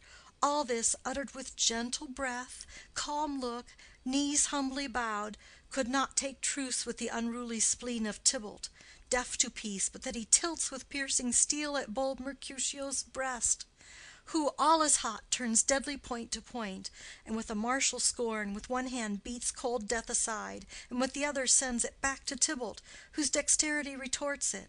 Romeo, he cries aloud, "Hold, friends, friends, part!" And swifter than his tongue, his agile arm beats down their fatal points, and twixt them rushes, underneath whose arm an envious thrust from Tybalt hit the life of stout Mercutio. And then Tybalt fled, but by and by comes back to Romeo, who had but newly entertained revenge, and to it they go like lightning, for ere I could draw to part them was stout Tybalt slain, and as he fell did Romeo turn and fly. This is the truth, or let Benvolio die. Lady Capulet. He is a kinsman to the Montague. Affection makes him false. He speaks not true. Some 20 of them fought in this black strife, and all those 20 could but kill one life. I beg for justice, which thou, prince, must give. Romeo slew Tybalt. Romeo must not live. Prince. Romeo slew him. He slew Mercutio. Who now the price of his dear blood doth owe? Montague. Not Romeo, prince. He was Mercutio's friend.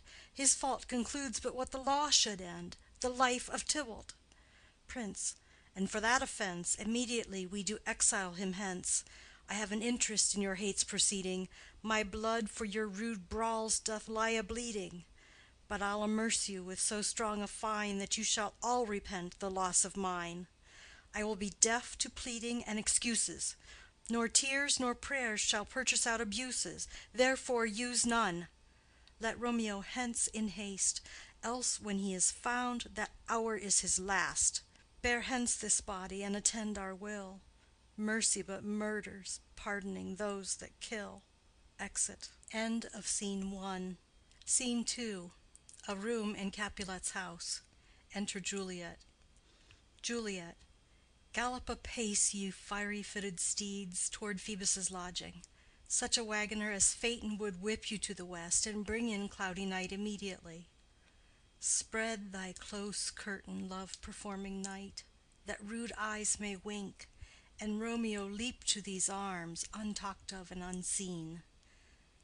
Lovers can see to do their amorous rites by their own beauties, or, if love be blind, it best agrees with night. Come, civil knight, thou sober-suited matron, all in black, and learn me how to lose a winning match, played for a pair of unstained maidenhoods. Hood my unmanned blood, bating in my cheeks, with thy black mantle, till strange love, grown bold, think true love acted simple modesty. Come, night, come, Romeo, come, thou day and night, for thou wilt lie upon the wings of night whiter than new snow upon a raven's back.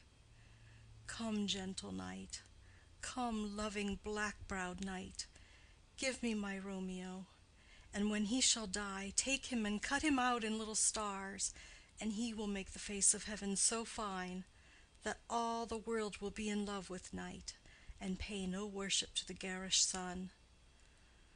Oh, I have bought the mansion of a love, but not possessed it, and though I am sold, not yet enjoyed. So tedious is this day as is the night before some festival to an impatient child that hath new robes, and may not wear them. Oh, here comes my nurse, and she brings news, and every tongue that speaks but Romeo's name speaks heavenly eloquence. Enter nurse with cords. Now, nurse, what news? What hast thou there? The cords that Romeo bid thee fetch? Nurse. Ay, the cords. Throws them down. Juliet. Ah me, what news? Why dost thou wring thy hands? Nurse. Ah, well a day! He's dead! He's dead! He's dead! We are undone, lady, we are undone. Alack the day! He's gone! He's killed! He's dead! Juliet. Can heaven be so envious? Nurse. Romeo can, though heaven cannot. Oh, Romeo, Romeo, who ever would have thought it? Romeo! Juliet. What devil art thou that dost torment me thus? This torture should be roared in dismal hell. Hath Romeo slain himself? Say thou but I, and that bare vowel I shall poison more than the death-darting eye of a cockatrice. I am not I, if there be such an eye, or those eyes shut that make the answer I. If he be slain, say I, or if not, no. Brief sounds determine of my weal or woe. Nurse. I saw the wound, I saw it with mine eyes. God save the mark! Here on his manly breast, a piteous course, a bloody piteous course, pale, pale as ashes, all bedaubed in blood, all in gore blood. I swounded at the sight. Juliet. Oh, break my heart! Poor bankrout, break at once! To prison eyes, ne'er look on liberty. Vile earth, to earth resign, end motion here, and thou and Romeo press one heavy bier. Nurse. Oh, Tybalt, Tybalt, the best friend I had! Oh, courteous Tybalt, honest gentleman, that ever I should live to see thee dead! Juliet. What storm is this that blows so contrary? Is Romeo slaughtered, and is Tybalt dead? My dear loved cousin, and my dearer lord? Then, dreadful trumpet, sound the general doom, for who is living if those two are gone? Nurse. Tybalt is gone, and Romeo banished. Romeo that killed him, he is banished. Juliet. O God! Did Romeo's hand shed Tybalt's blood? Nurse. It did, it did. Alas, the day it did. Juliet.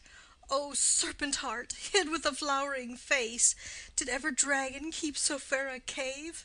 Beautiful tyrant, fiend angelical, dove-feathered raven, wolfish ravening lamb, despised substance of divinest show, just opposite to what thou justly seem'st, a damned saint, an honorable villain. O nature, what hadst thou to do in hell when thou didst bower the spirit of a fiend in mortal paradise of such sweet flesh? Was ever book containing such vile matter so fairly bound? Oh, that deceit should dwell in such a gorgeous palace! Nurse. There is no trust, no faith, no honesty in men, all perjured, all forsworn, all naught, all dissemblers. Ah, where's my man?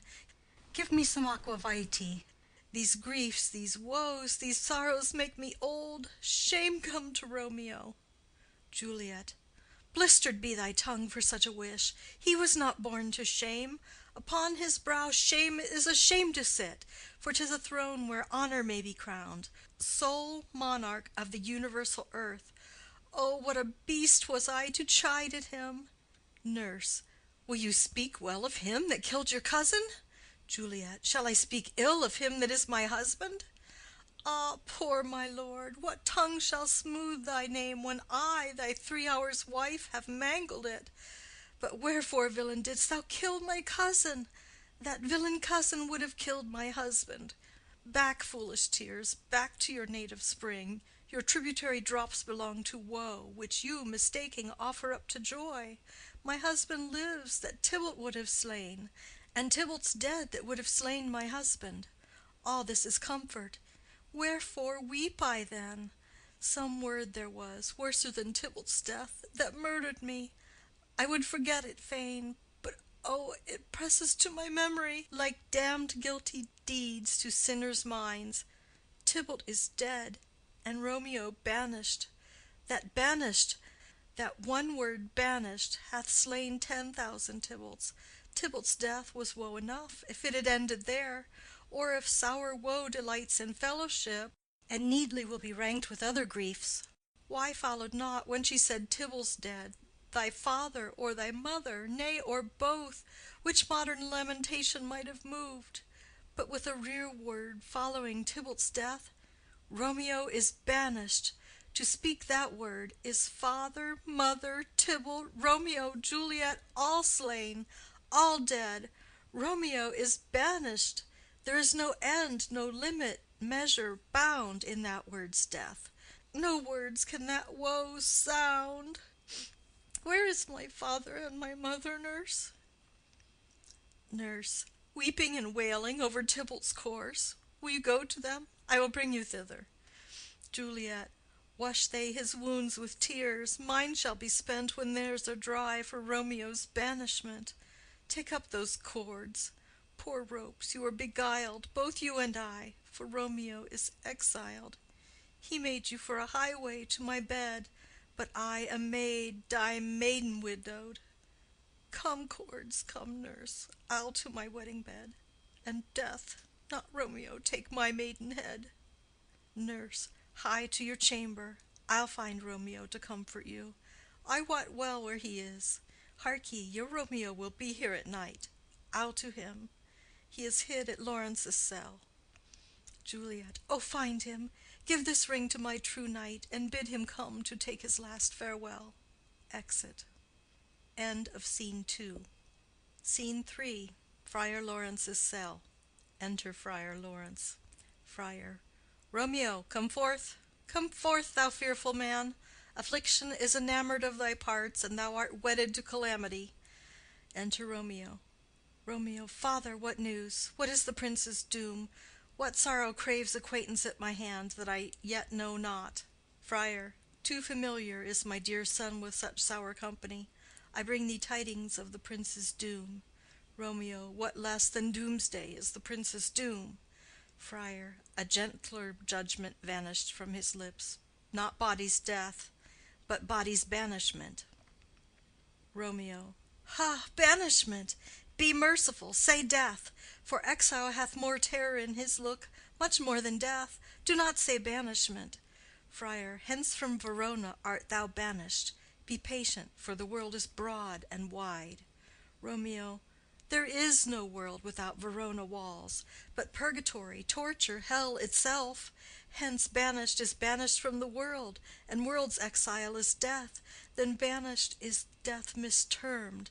Calling death banishment, thou cuttest my head off with a golden axe, and smilest upon the stroke that murders me.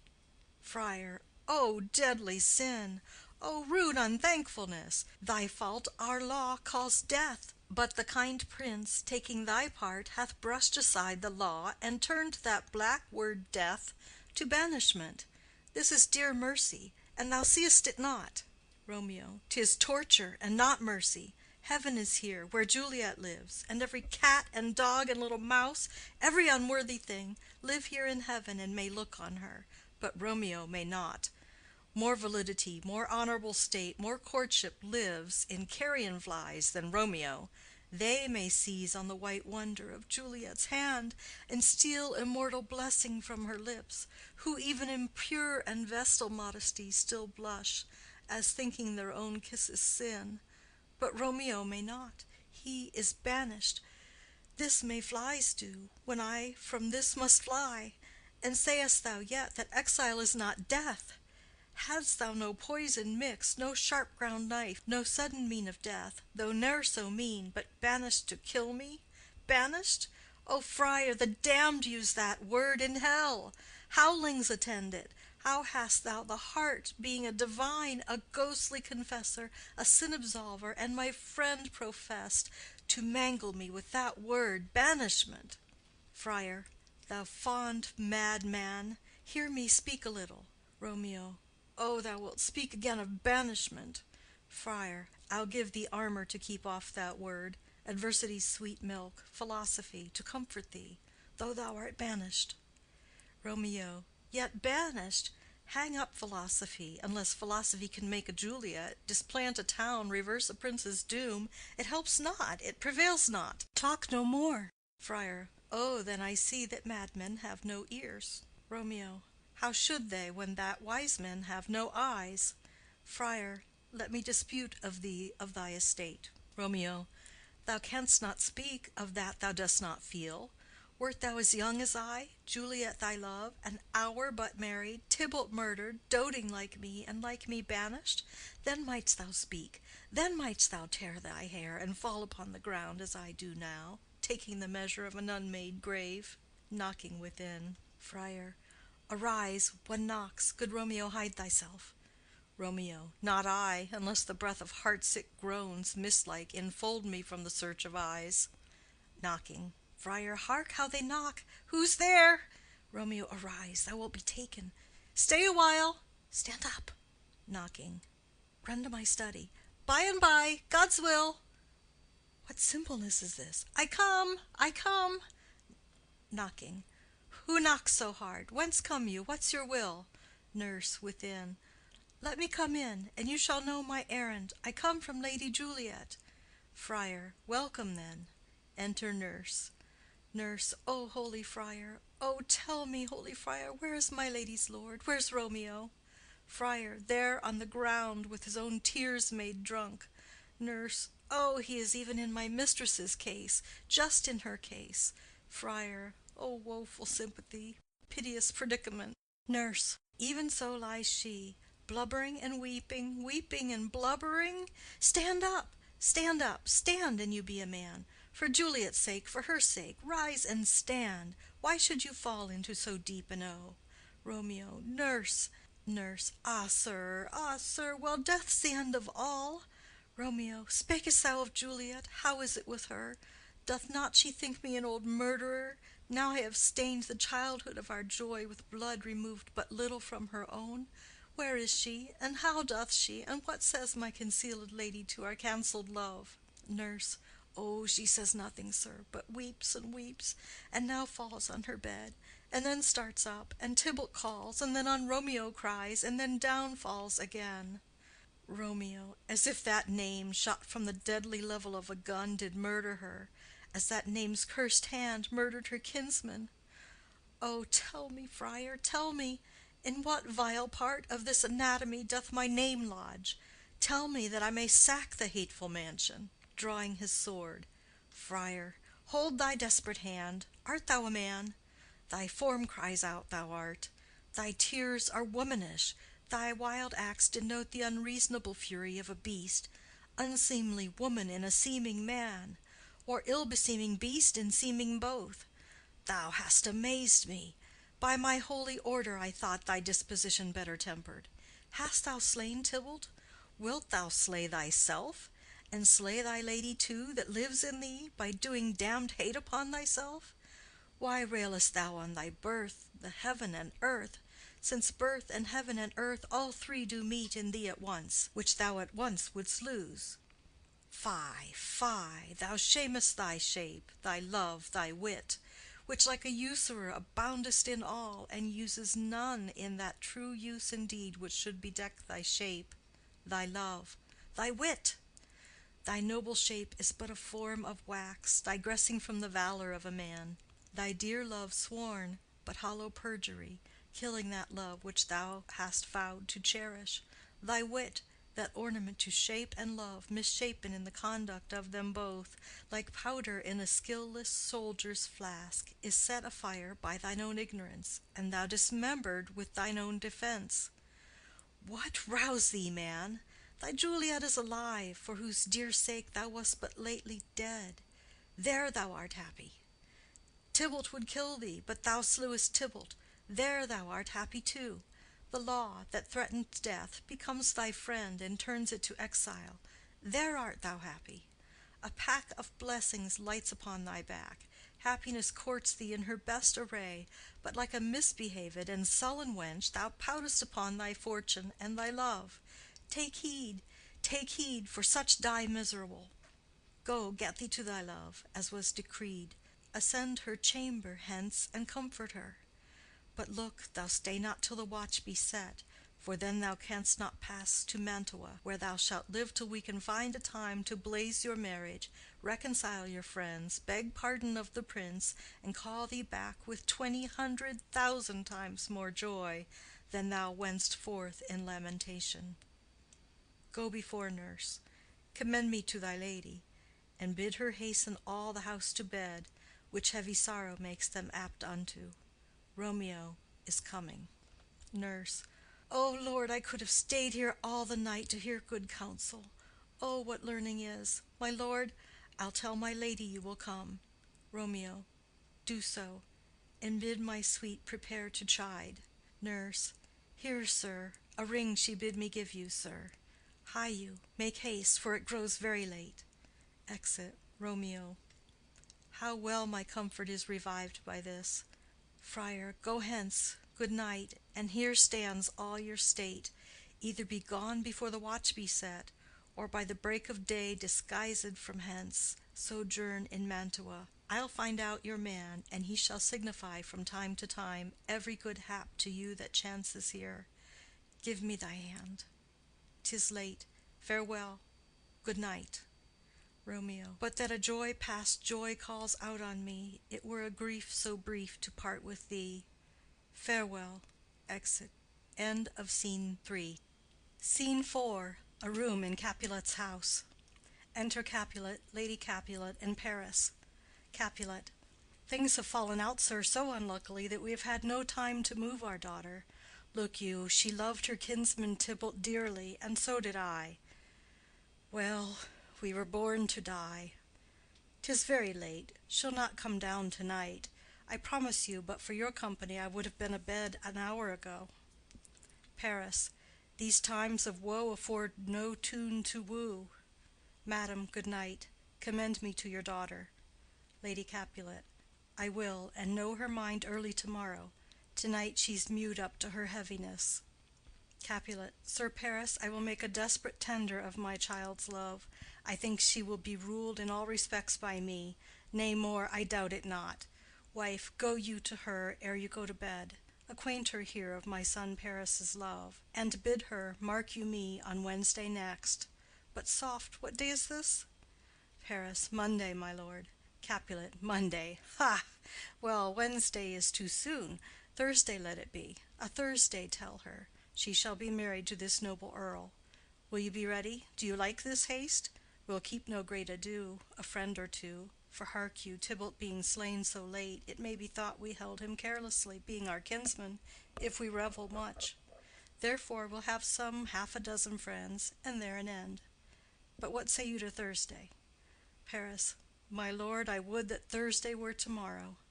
Capulet. Well, get you gone. A Thursday be it then. Go you to Juliet ere you go to bed. Prepare her, wife, against this wedding day. Farewell, my lord. Light to my chamber, ho! Afore me, it is so very, very late that we may call it early by and by. Good night. Exit. Scene 5. An open gallery to Juliet's chamber overlooking the garden. Enter Romeo and Juliet. Juliet. Wilt thou be gone? It is not yet near day. It was the nightingale, and not the lark, that pierced the fearful hollow of thine ear. Nightly she sings on yon pomegranate tree. Believe me, love, it was the nightingale. Romeo. It was the lark, the herald of the morn, no nightingale. Look, love, what envious streaks do lace the severing clouds in yonder east. Night's candles are burnt out, and jocund day stands tiptoe on the misty mountain tops. I must be gone and live, or stay and die. Juliet. Yond light is not daylight, I know it I. It is some meteor that the sun exhales to be to thee this night a torch-bearer, and light thee on the way to Mantua. Therefore stay yet. Thou needest not to be gone. Romeo.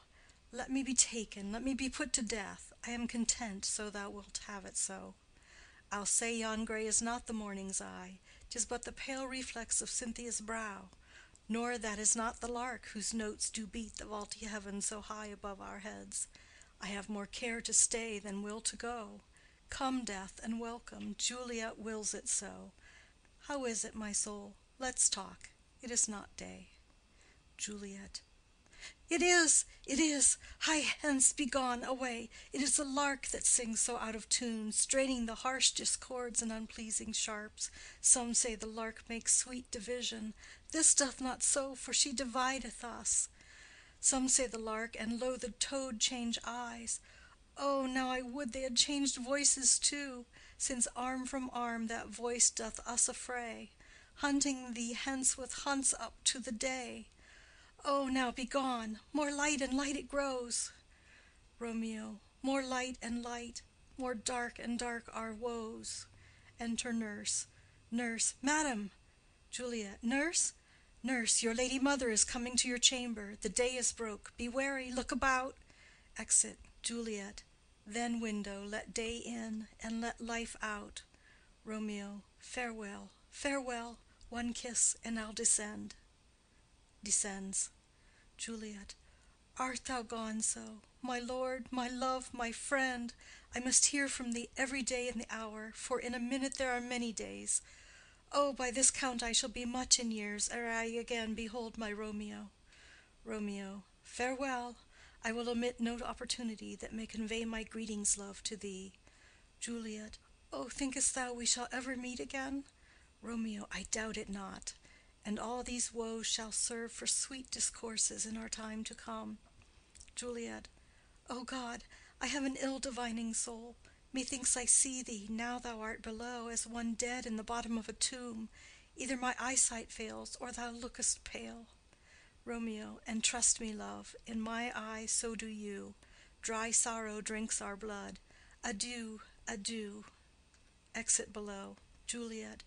O fortune, fortune! All men call thee fickle. If thou art fickle, what dost thou with him that is renowned for faith? Be fickle, fortune, for then I hope thou wilt not keep him long, but send him back.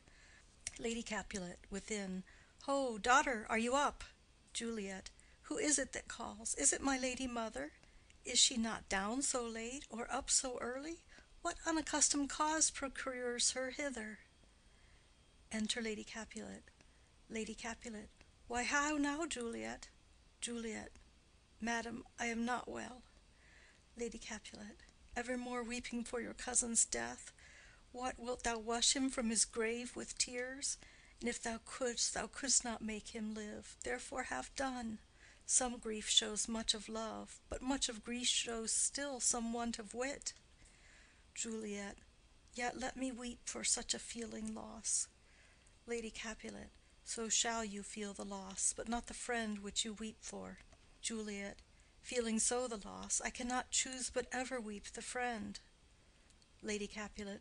Well, girl, thou weepest not so much for his death as that the villain lives which slaughtered him. Juliet. What villain, madam? Lady Capulet. That same villain Romeo. Juliet. Villain and he may be many miles asunder. God pardon him. I do with all my heart, and yet no man like he doth grieve my heart. Lady Capulet. That is because the traitor murderer lives. Juliet. Ay, madam, from the reach of these my hands. Would none but I might venge my cousin's death. Lady Capulet. We will have vengeance for it, fear thou not. Then weep no more.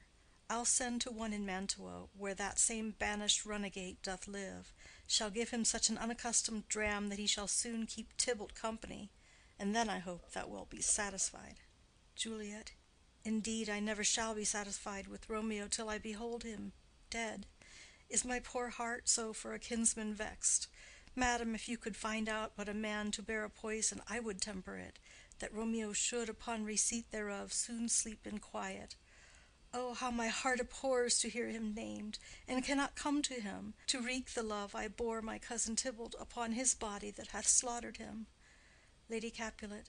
Find thou the means, and I'll find such a man. But now I'll tell thee joyful tidings, girl. Juliet. And joy comes well in such a needy time. What are they, I beseech your ladyship? Lady Capulet. Well, well, thou hast a careful father, child. One who, to put thee from thy heaviness, hath sorted out a sudden day of joy, that thou expectest not, nor I looked not for. Juliet. Madam, in happy time, what day is that? Lady Capulet. Marry, my child, early next Thursday morn, the gallant young and noble gentleman, the County Paris, at St. Peter's Church, shall happily make thee there a joyful bride. Juliet. Now by St. Peter's Church, and Peter too, he shall not make me there a joyful bride. I wonder at this haste, that I must wed ere he that should be husband comes to woo. I pray you, tell my lord and father, madam, I will not marry yet, and when I do, I swear it shall be Romeo, whom you know I hate, rather than Paris. These are news indeed. Lady Capulet. Here comes your father. Tell him so yourself, and see how he will take it at your hands. Enter Capulet and nurse. Capulet. When the sun sets, the air doth drizzle dew, but for the sunset of my brother's son it rains downright. How now, a conduit girl? What, still in tears? Evermore showering? In one little body thou counterfeitest a bark, a sea, a wind, for still thy eyes, which I may call the sea, to ebb and flow with tears. The bark thy body is, sailing in this salt flood, the winds thy sighs, who raging with thy tears, and they with them, without a sudden calm will overset thy tempest-tossed body. How now, wife? Have you delivered to her our decree? Lady Capulet. Ay, sir, but she will none. She gives you thanks. I would the fool were married to her grave. Capulet. Soft! Take me with you, wife. How, will she none? Doth she not give us thanks? Is she not proud? Doth she not count her blessed, unworthy as she is, that we have wrought so worthy a gentleman to be her bridegroom? Juliet. Not proud you have, but thankful that you have. Proud can I never be of what I hate, but thankful even for hate that is meant love. Capulet. How now, how now? Chop logic, what is this? Proud, and I thank you not, and yet not proud? Mistress minion you, thank me no thankings, nor proud me no prouds, but fettle your fine joints against Thursday next to go with Paris to St. Peter's Church, or I will drag thee on a hurdle thither. Out, you green sickness carrion, out, you baggage, you tallow face. Lady Capulet. Fie, fie, what, are you mad? Juliet. Good father, I beseech you on my knees, hear me with patience but to speak a word. Capulet. Hang thee, young baggage, disobedient wretch. I tell thee what, get thee to church on Thursday, or never after look me in the face. Speak not, reply not, do not answer me. My fingers itch. Wife, we scarce thought us blessed that God had lent us but this only child, and now I see this one is one too much, and that we have a curse in having her. Out on her, Hilding. Nurse. God in heaven bless her. You are to blame, my lord, to rate her so. Capulet. And why, my lady Wisdom? Hold your tongue. Good Prudence, smatter with your gossips. Go. Nurse. I speak no treason. Capulet. O God ye good den. Nurse. May not one speak? Capulet. Peace, you mumbling fool. Utter your gravity or a gossip's bowl, for here we need it not. Lady Capulet. You are too hot. Capulet. God's bread, it makes me mad. Day, night, hour, time, tide, work, play, alone in company, still my care hath been to have her matched, and having now provided a gentleman of noble parentage, a fair domain, youthful and nobly trained, stuffed, as they say, with honorable parts, proportioned as one's heart would wish a man, and then to have a wretched puling fool, a whining mammet, in her fortune's tender, to answer, I'll not wed, I cannot love, I am too young, I pray you pardon me. But an you will not wed, I'll pardon you. Graze where you will, you shall not house with me. Look to it, think on it, I do not use to jest. Thursday is near. Lay hand on heart, advise. An you be mine, I'll give you to my friend. An you be not, hang, beg, starve, die in the streets, for by my soul, I'll ne'er acknowledge thee. For what is mine shall ne'er do thee good. Trust to it, bethink you, I'll not be forsworn. Exit. Juliet. Is there no pity sitting in the clouds that see into the bottom of my grief? O sweet my mother, cast me not away. Delay this marriage for a month, a week, or if you do not, make the bridal bed in that dim monument where Tybalt lies. Lady Capulet. Talk not to me, for I'll not speak a word. Do as thou wilt, for I have done with thee. Exit. Juliet. O God, O nurse, how shall this be prevented? My husband is on earth, my faith in heaven. How shall that faith return again to earth, unless that husband send it me from heaven by leaving earth? Comfort me, counsel me.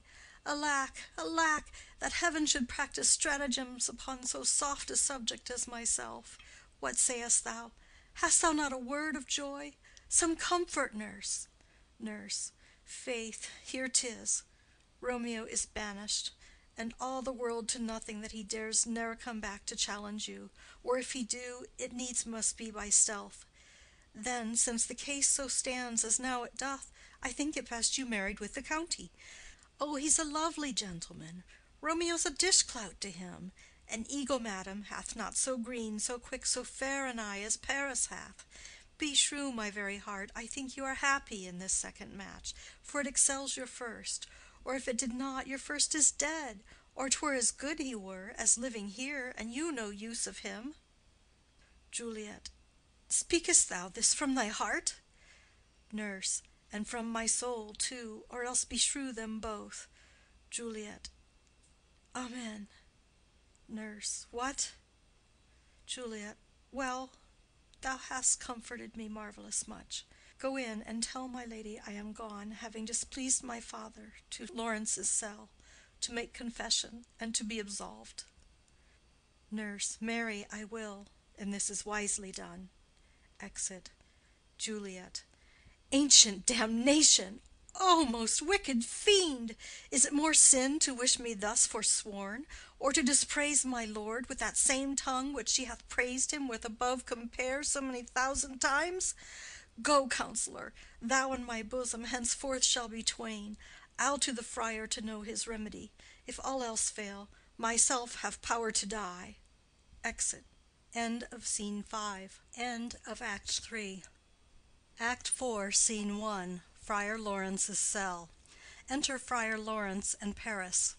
Friar. On Thursday, sir. The time is very short. Paris. My father Capulet will have it so, and I am nothing slow to slack his haste. Friar. You say you do not know the lady's mind. Uneven is the course. I like it not. Paris. Immoderately she weeps for Tybalt's death, and therefore have I little talked of love, for Venus smiles not in a house of tears. Now, sir, her father counts it dangerous that she do give her sorrow so much sway, and in his wisdom hastes our marriage, to stop the inundation of her tears, which, too much minded by herself alone, may be put from her by society. Now do you know the reason of this haste? Friar. Aside. I would I knew not why it should be slowed. Look, sir, here comes the lady toward my cell. Enter Juliet. Paris. Happily met, my lady and my wife. Juliet. That may be, sir, when I may be a wife. Paris. That may be, must be, love, on Thursday next. Juliet. What must be, shall be. Friar. That's a certain text. Paris. Come you to make confession to this father? Juliet. To answer that, I should confess to you. Paris. Do not deny to him that you love me. Juliet. I will confess to you that I love him. Paris. So will ye, I am sure, that you love me. Juliet. If I do so, it will be of more price, being spoke behind your back than to your face. Paris. Poor soul, thy face is much abused with tears. Juliet. The tears have got small victory by that, for it was bad enough before their spite. Paris. Thou wrong'st it more than tears with that report. Juliet. That is no slander, sir, which is a truth, and what I spake it to my face. Paris. Thy face is mine, and thou hast slandered it. Juliet. It may be so, for it is not mine own. Are you at leisure, holy father, now, or shall I come to you at evening mass? Friar. My leisure serves me, pensive daughter, now. My lord, we must entreat the time alone. Paris. God shield I should disturb devotion. Juliet. On Thursday early will I rouse you. Till then, adieu, and keep this holy kiss. Exit. Juliet. Oh, shut the door, and when thou hast done so, come weep with me, past hope, past cure, past help. Friar. Ah, Juliet, I already know thy grief. It strains me past the compass of my wits. I hear thou must, and nothing may prorogue it, on Thursday next be married to this county. Juliet. Tell me not, friar, that thou hearest of this, unless thou tell me how I may prevent it. If in thy wisdom thou canst give no help, do thou but call my resolution wise, and with this knife I'll help it presently. God joined my heart and Romeo's, thou our hands, and ere this hand by thee to Romeo's sealed shall be the label to another deed, or my true heart with treacherous revolt turn to another, this shall slay them both. Therefore, out of thy long experienced time, give me some present counsel, or behold, twixt my extremes and me this bloody knife shall play the empire, arbitrating that which the commission of thy years and art could to no issue of true honor bring. Be not so long to speak. I long to die, if what thou speakest speak not of remedy. Friar. Hold, daughter, I do spy a kind of hope, which craves as desperate an execution as that is desperate which we would prevent. If, rather than to marry County Paris, thou hast the strength of will to slay thyself, then it is likely thou wilt undertake a thing like death, to chide away this shame, that copst with death himself to scape from it. And if thou darest, I'll give thee remedy. Juliet. Oh, bid me leap rather than marry Paris from off the battlements of yonder tower, or walk in thievish ways, or bid me lurk where serpents are, chain me with roaring bears, or shut me nightly in a charnel house, or covered quite with dead men's rattling bones, with reeky shanks and yellow chapless skulls, or bid me go into a new-made grave, and hide me with a dead man in his shroud, things that to hear them told have made me tremble, and I will do it without fear or doubt, to live an unstained wife to my sweet love. Friar. Hold then. Go home, be merry, give consent to marry Paris. Wednesday is tomorrow. Tomorrow night look that thou lie alone. Let not thy nurse lie with thee in thy chamber. Take thou this vial, being then in bed, and this distilled liquor drink thou off, when presently through all thy veins shall run a cold and drowsy humor, for no pulse shall keep his native progress, but surcease. No warmth, no breath shall testify thou livest. The roses in thy lips and cheeks shall fade to paly ashes. Thy eyes' windows fall like death when he shuts up the day of life. Each part deprived of supple government shall, stiff and stark and cold, appear like death. And in this borrowed likeness of shrunk death thou shalt continue 42 hours, and then awake as from a pleasant sleep. Now, when the bridegroom in the morning comes to rouse thee from thy bed, there art thou dead. Then, as the manner of our country is, in thy best robes, uncovered, on the bier, thou shalt be borne to that same ancient vault, where all the kindred of the Capulets lie. In the meantime, against thou shalt awake, shall Romeo by my letters know our drift, and hither shall he come, and he and I will watch thy waking, and that very night shall Romeo bear thee hence to Mantua, and this shall free thee from this present shame, if no inconstant toy nor womanish fear abate thy valor in the acting it. Juliet. Give me, give me. Oh, tell not me of fear. Friar. Hold, get you gone. Be strong and prosperous in this resolve. I'll send a friar with speed to Mantua with my letters to thy lord. Juliet. Love give me strength, and strength shall help afford. Farewell, dear father. Exit. End of Scene 1. Scene 2. Hall in Capulet's house. Enter Capulet, Lady Capulet, nurse, and servants. Capulet. So many guests invite as here are writ. Exit first servant. Sirrah, go hire me 20 cunning cooks. Second servant. You shall have none ill, sir, for I'll try if they can lick their fingers. Capulet. How canst thou try them so? Second servant. Marry, sir, 'tis an ill cook that cannot lick his own fingers. Therefore he that cannot lick his fingers goes not with me. Capulet. Go, be gone. Exit second servant. We shall be much unfurnished for this time. What, is my daughter gone to Friar Lawrence? Nurse. Ay, forsooth. Capulet. Well, be may chance to do some good on her. A peevish, self-willed harlotry it is. Nurse. See where she comes from shrift with merry look. Enter Juliet. Capulet. How now, my headstrong? Where have you been gadding? Juliet. Where I have learned me to repent the sin of disobedient opposition to you and your behests, and am enjoined by holy Lawrence to fall prostrate here, to beg your pardon. Pardon, I beseech you. Henceforward I am ever ruled by you. Capulet. Send for the county. Go tell him of this. I'll have this knot knit up tomorrow morning. Juliet. I met the youthful lord at Lawrence's cell, and gave him what becomed love I might, not stepping o'er the bounds of modesty. Capulet. Why, I am glad on't. This is well. Stand up. This is as it should be. Let me see the county. Ay, marry, go, I say, and fetch him hither. Now, afore God, this revered holy friar, all our whole city is much bound to him.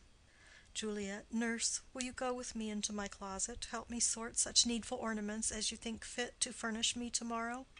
Lady Capulet. No, not till Thursday. There's time enough. Capulet. Go, nurse, go with her. We'll to church tomorrow. Exit Juliet and nurse.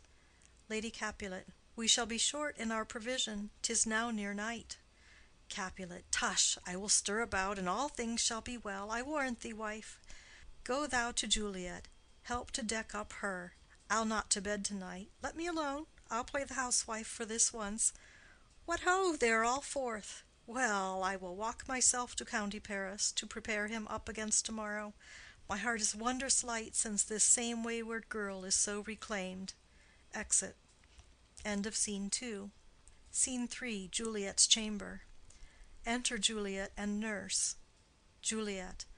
Ay, those attires are best. But, gentle nurse, I pray thee leave me to myself to-night, for I have need of many orisons to move the heavens to smile upon my state, which well thou knowest is cross and full of sin.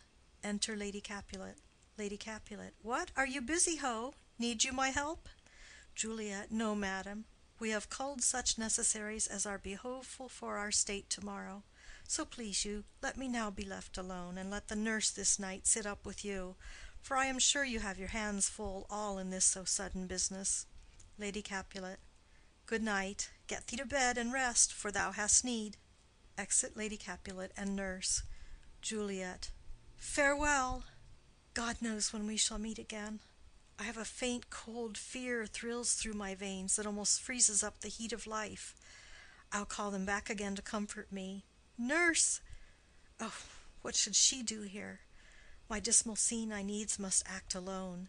Come, viol. What if this mixture do not work at all? Shall I be married, then, tomorrow morning? No, no, this shall forbid it.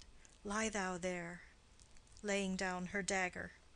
What if it be a poison which the friar subtly hath ministered to have me dead, lest in this marriage he should be dishonored, because he married me before to Romeo?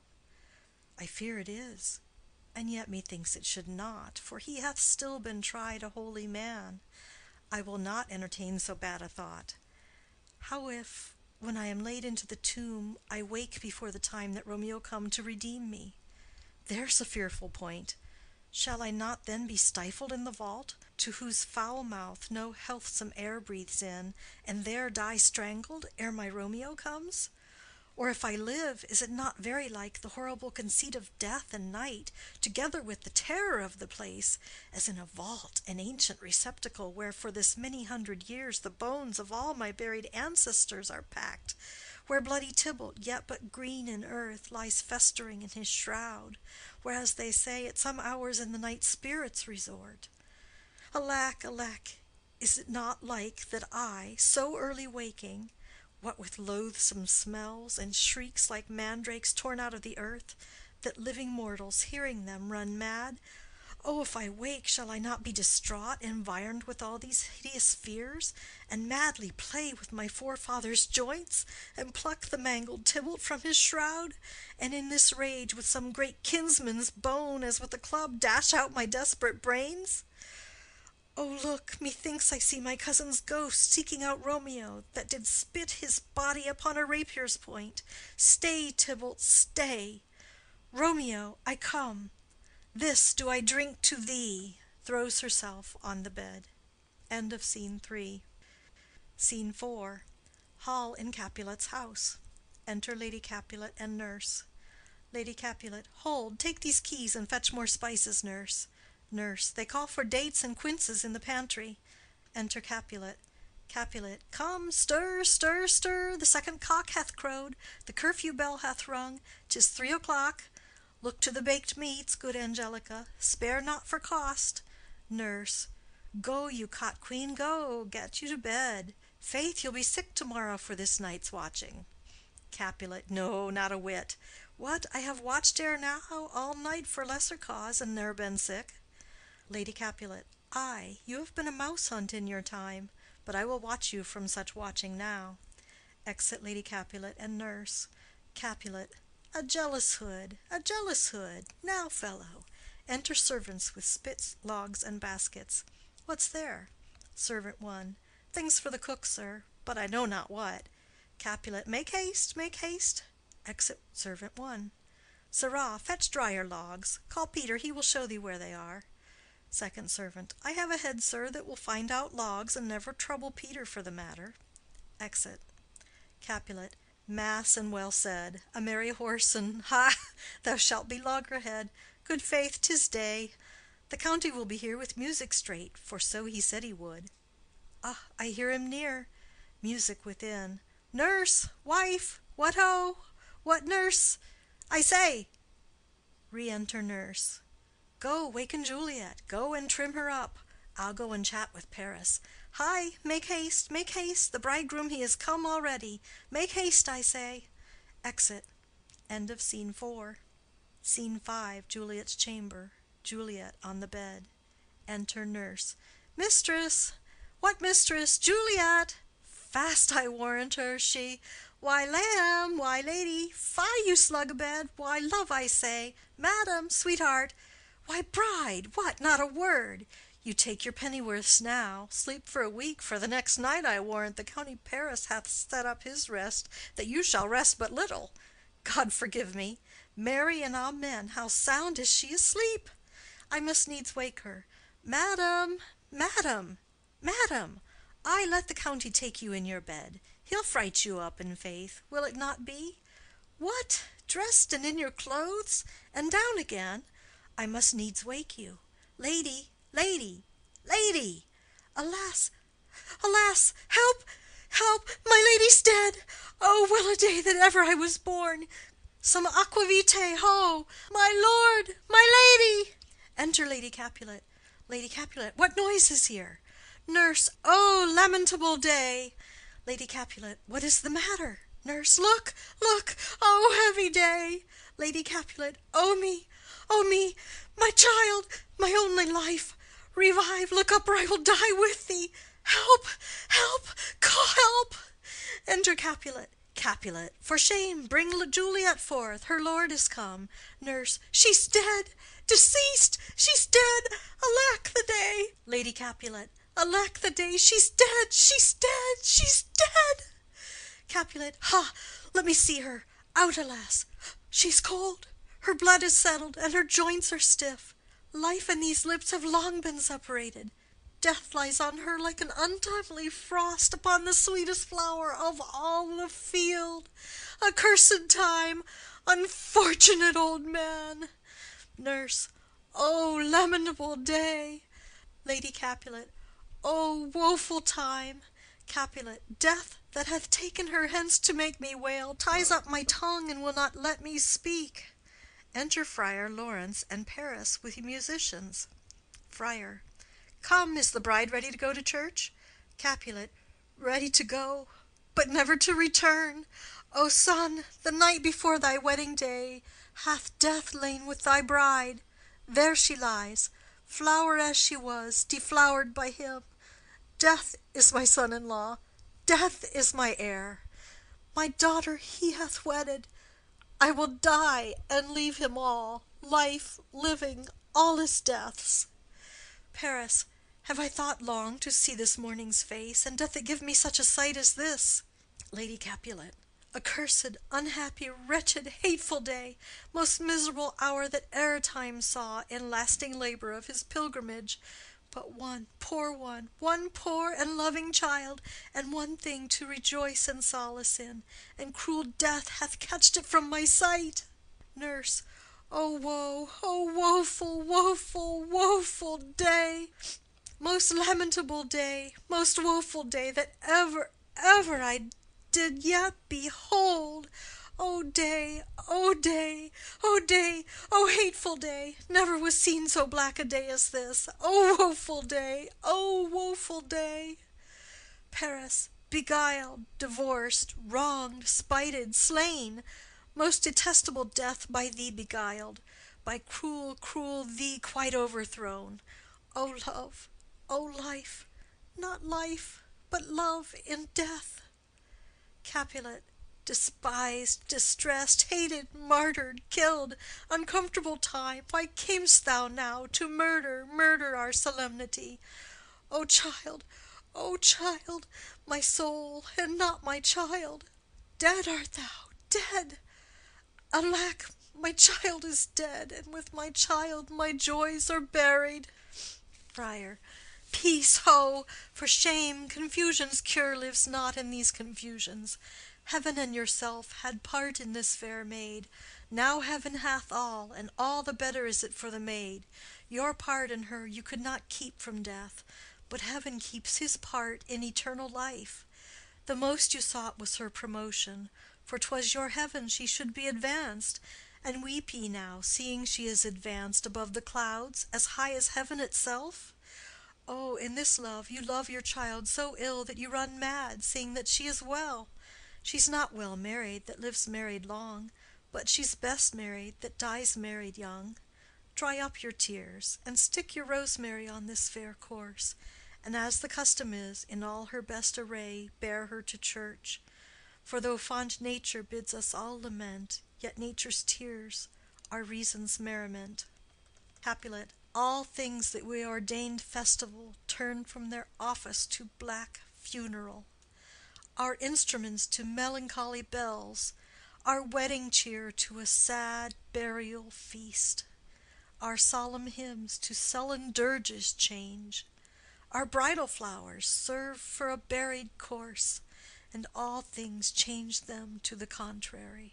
Friar. Sir, go you in, and madam, go with him. And go, Sir Paris, every one prepare to follow this fair course unto her grave. The heavens do lower upon you for some ill. Move them no more by crossing their high will. Exit Capulet, Lady Capulet, Paris, and Friar. First Musician. Faith, we may put up our pipes and be gone. Nurse. Honest good fellows, ah, put up, for well you know this is a pitiful case. Exit. First Musician. Ay, by my troth, the case may be amended. Enter Peter. Peter. Musicians, O musicians, heart's ease, and you will have me live. Play heart's ease. First Musician. Why heart's ease? Peter. O musicians, because my heart itself plays, my heart is full of woe. O play me some merry dump to comfort me. First Musician. Not a dump we, 'tis no time to play now. Peter. You will not then? First Musician. No. Peter. I will then give it you soundly. First Musician. What will you give us? Peter. No money on my faith, but the gleek. I will give you the minstrel. First Musician. Then will I give you the serving creature. Peter. Then will I lay the serving creature's dagger on your pate. I will carry no crotchets. I'll ray you, I'll faw you. Do you note me? First Musician. And you ray us and faw us, you note us. Second Musician. Pray you put up your dagger and put out your wit. Peter. Then have at you with my wit. I will dry beat you with an iron wit and put up my iron dagger. Answer me like men. When griping grief the heart doth wound, and doleful dumps the mind oppress, then music with her silver sound. Why silver sound? Why music with her silver sound? What say you, Simon Catling? First Musician. Marry, sir, because silver hath a sweet sound. Peter. Pretty. What say you, Hugh Rebeck? Second Musician. I say silver sound, because musicians sound for silver. Peter. Pretty too. What say you, James Soundpost? Third Musician. Faith, I know not what to say. Peter. Oh, I cry you mercy. You are the singer. I will say for you. It is music with her silver sound, because musicians have no gold for sounding. Then music with her silver sound, with speedy help, doth lend redress. Exit. First Musician. What a pestilent knave is this same! Second Musician. Hang him, Jack. Come, Will in here, tarry for the mourners, and stay for dinner. Exit. End of Scene 5. Act 5, Scene 1. Mantua, a street. Enter Romeo. Romeo. If I may trust the flattering eye of sleep, my dreams presage some joyful news at hand. My bosom's lord sits lightly in his throne. And all this day an unaccustomed spirit lifts me above the ground with cheerful thoughts. I dreamt my lady came and found me dead. Strange dream that gives a dead man leave to think! And breathed such life with kisses in my lips that I revived and was an emperor. Ah me, how sweet is love itself possessed, when but love's shadows are so rich in joy! Enter Balthazar. News from Verona! How now, Balthazar? Dost thou not bring me letters from the friar? How doth my lady? Is my father well? How fares my Juliet? That I ask again, for nothing can be ill if she be well. Balthazar. Then she is well, and nothing can be ill. Her body sleeps in Capel's monument, and her immortal part with angels lives. I saw her laid low in her kindred's vault, and presently took post to tell it you. Oh, pardon me for bringing these ill news, since you did leave it for my office, sir. Romeo. Is it even so? Then I defy you, stars. Thou knowest my lodging. Get me ink and paper, and hire post horses. I will hence to-night. Balthazar. I do beseech you, sir, have patience. Your looks are pale and wild, and do import some misadventure. Romeo. Tush, thou art deceived. Leave me, and do the thing I bid thee do. Hast thou no letters to me from the friar? Balthazar. No, my good lord. Romeo. No matter. Get thee gone, and hire those horses. I'll be with thee straight. Exit Balthazar. Well, Juliet, I will lie with thee to-night. Let's see for means. O mischief, thou art swift to enter in the thoughts of desperate men. I do remember an apothecary, and hereabouts he dwells, which late I noted in tattered weeds, with overwhelming brows, calling of simples. Meager were his looks, sharp misery had worn him to the bones. And in his needy shop a tortoise hung, and alligator stuffed, and other skins of ill-shaped fishes, and about his shelves a beggarly account of empty boxes, green earthen pots, bladders and musty seeds, remnants of pack-thread and old cakes of roses, were thinly scattered to make up a show. Noting this penury to myself, I said, and if a man did need a poison now, whose sale is present death in Mantua, here lives a caitiff wretch would sell it him. Oh, this same thought did but forerun my need, and this same needy man must sell it me. As I remember, this should be the house. Being holiday, the beggar's shop is shut. What, ho, apothecary! Enter apothecary. Apothecary. Who calls so loud? Romeo. Come hither, man. I see that thou art poor. Hold, there is 40 ducats. Let me have a dram of poison, such soon speeding gear as will disperse itself through all the veins, that the life-wearied taker might fall dead, and that the trunk may be discharged of breath as violently as hasty powder furred doth hurry from the fatal cannon's womb. Apothecary. Such mortal drugs I have, but Mantua's law is death to any he that utters them. Romeo. Art thou so bare and full of wretchedness, and fierce to die? Famine is in thy cheeks, need and oppression starveth in thine eyes, contempt and beggary hangs upon thy back. The world is not thy friend, nor the world's law. The world affords no law to make thee rich. Then be not poor, but break it, and take this. Apothecary. My poverty, but not my will, consents. Romeo. I pay thy poverty, and not thy will. Apothecary. Put this in any liquid thing you will, and drink it off, and if you had the strength of 20 men, it would dispatch you straight. Romeo. There is thy gold. Worse poison to men's souls, doing more murders in this loathsome world than these poor compounds that thou mayest not sell.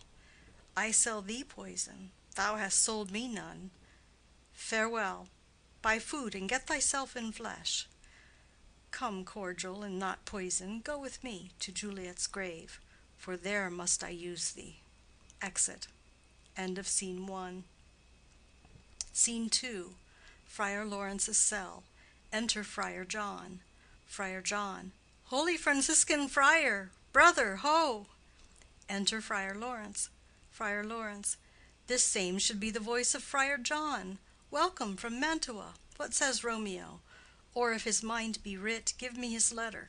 Friar John. Going to find a barefoot brother out, one of our order, to associate me, here in this city visiting the sick, and finding him, the searchers of the town, suspecting that we both were in a house where the infectious pestilence did reign, sealed up the doors, and would not let us forth, so that my speed to Mantua there was stayed.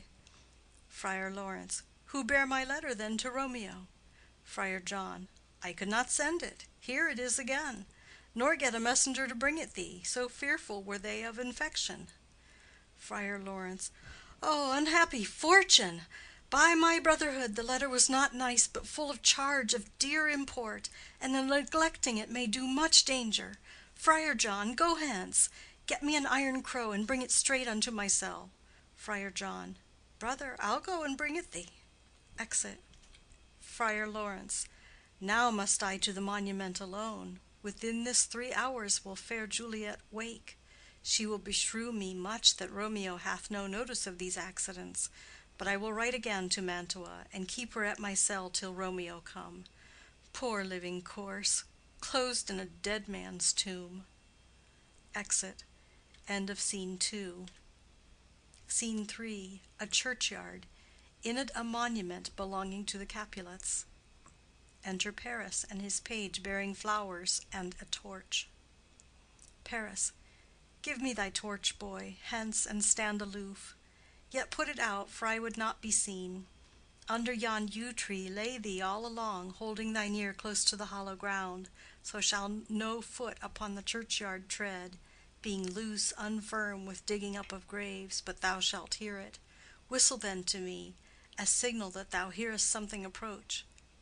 Give me those flowers. Do as I bid thee. Go. Page. Aside. I am almost afraid to stand alone here in the churchyard. Yet I will adventure. Retires. Paris. Sweet flower, with flowers thy bridal bed I strew.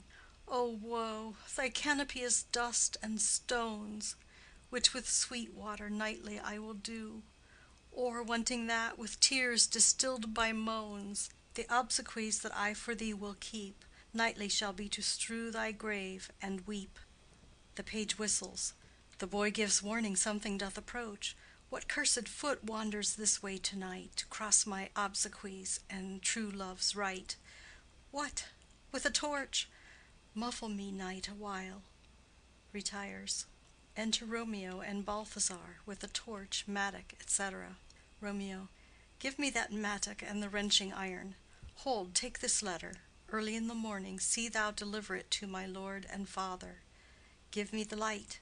Upon thy life I charge thee, whate'er thou hearest or seest, stand all aloof and do not interrupt me in my course. Why I descend into this bed of death is partly to behold my lady's face, but chiefly to take thence from her dead finger a precious ring, a ring that I must use in dear employment. Therefore hence be gone. But if thou, jealous, dost return to pry in what I further shall intend to do, by heaven I will tear thee joint by joint, and strew this hungry churchyard with thy limbs.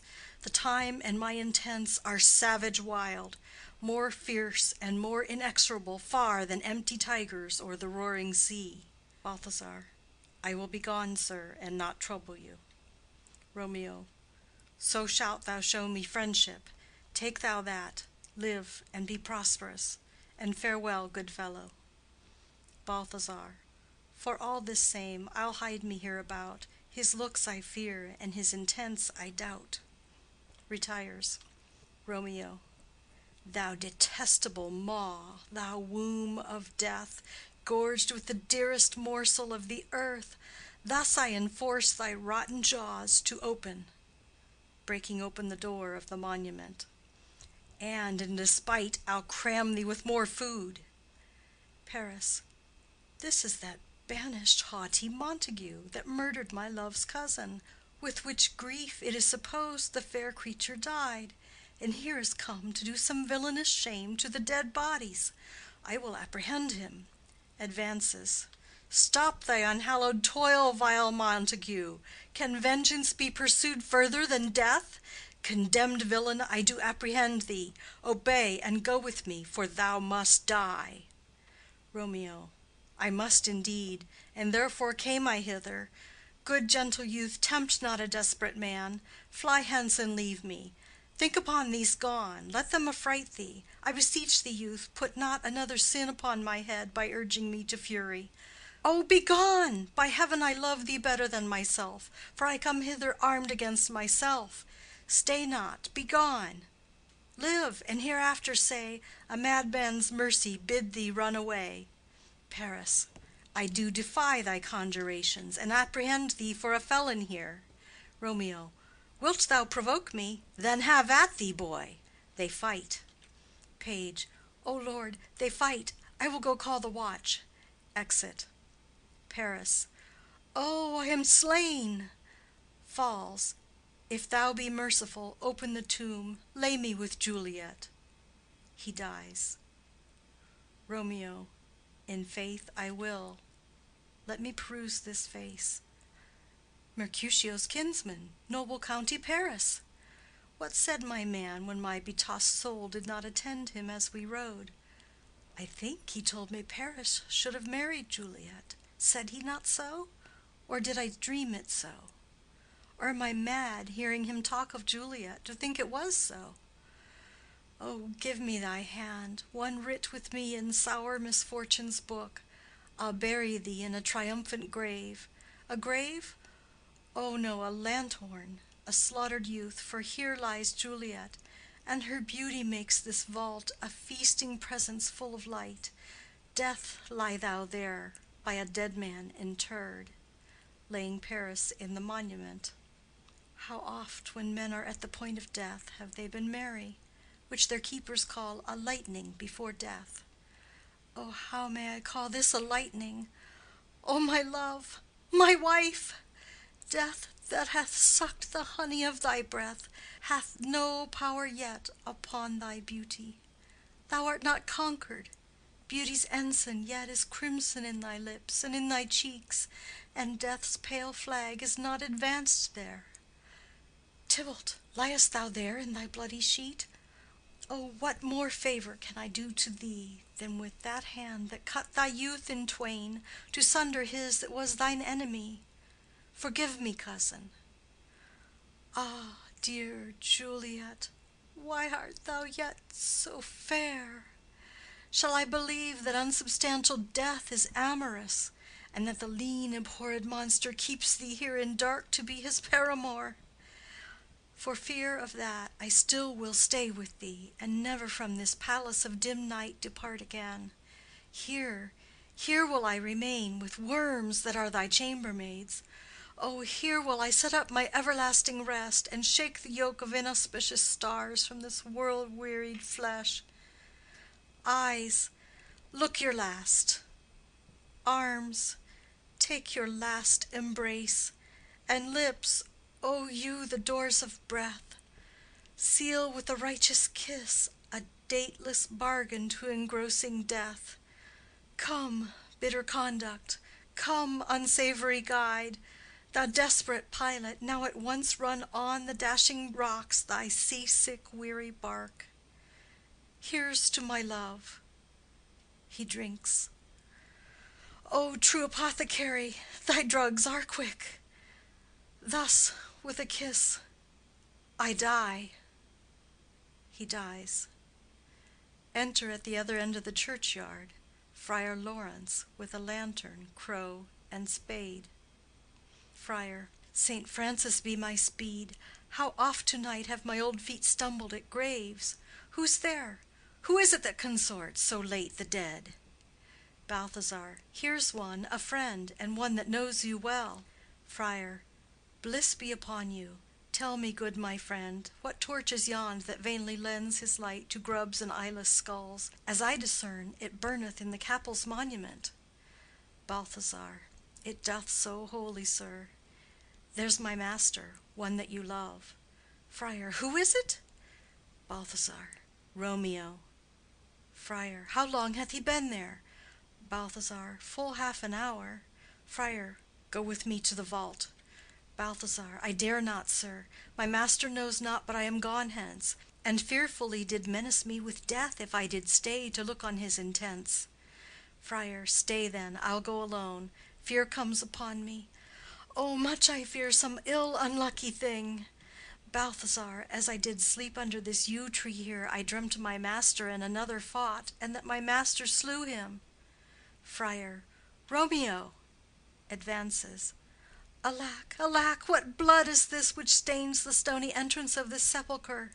What means these masterless and gory swords to lie discolored by this place of peace? Enters the monument. Romeo! O pale! Who else? What? Paris too, and steeped in blood. Ah, what an unkind hour is guilty of this lamentable chance! The lady stirs. Juliet wakes and stirs.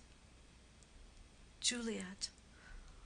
O comfortable friar, where is my lord? I do remember well where I should be, and there I am. Where is my Romeo? Noise within. Friar. I hear some noise. Lady, come from that nest of death, contagion, and unnatural sleep. A greater power than we can contradict hath thwarted our intents. Come, come away. Thy husband in thy bosom there lies dead, and Paris too. Come, I'll dispose of thee among a sisterhood of holy nuns. Stay not to question, for the watch is coming. Come, go, good Juliet. Noises within. I dare no longer stay.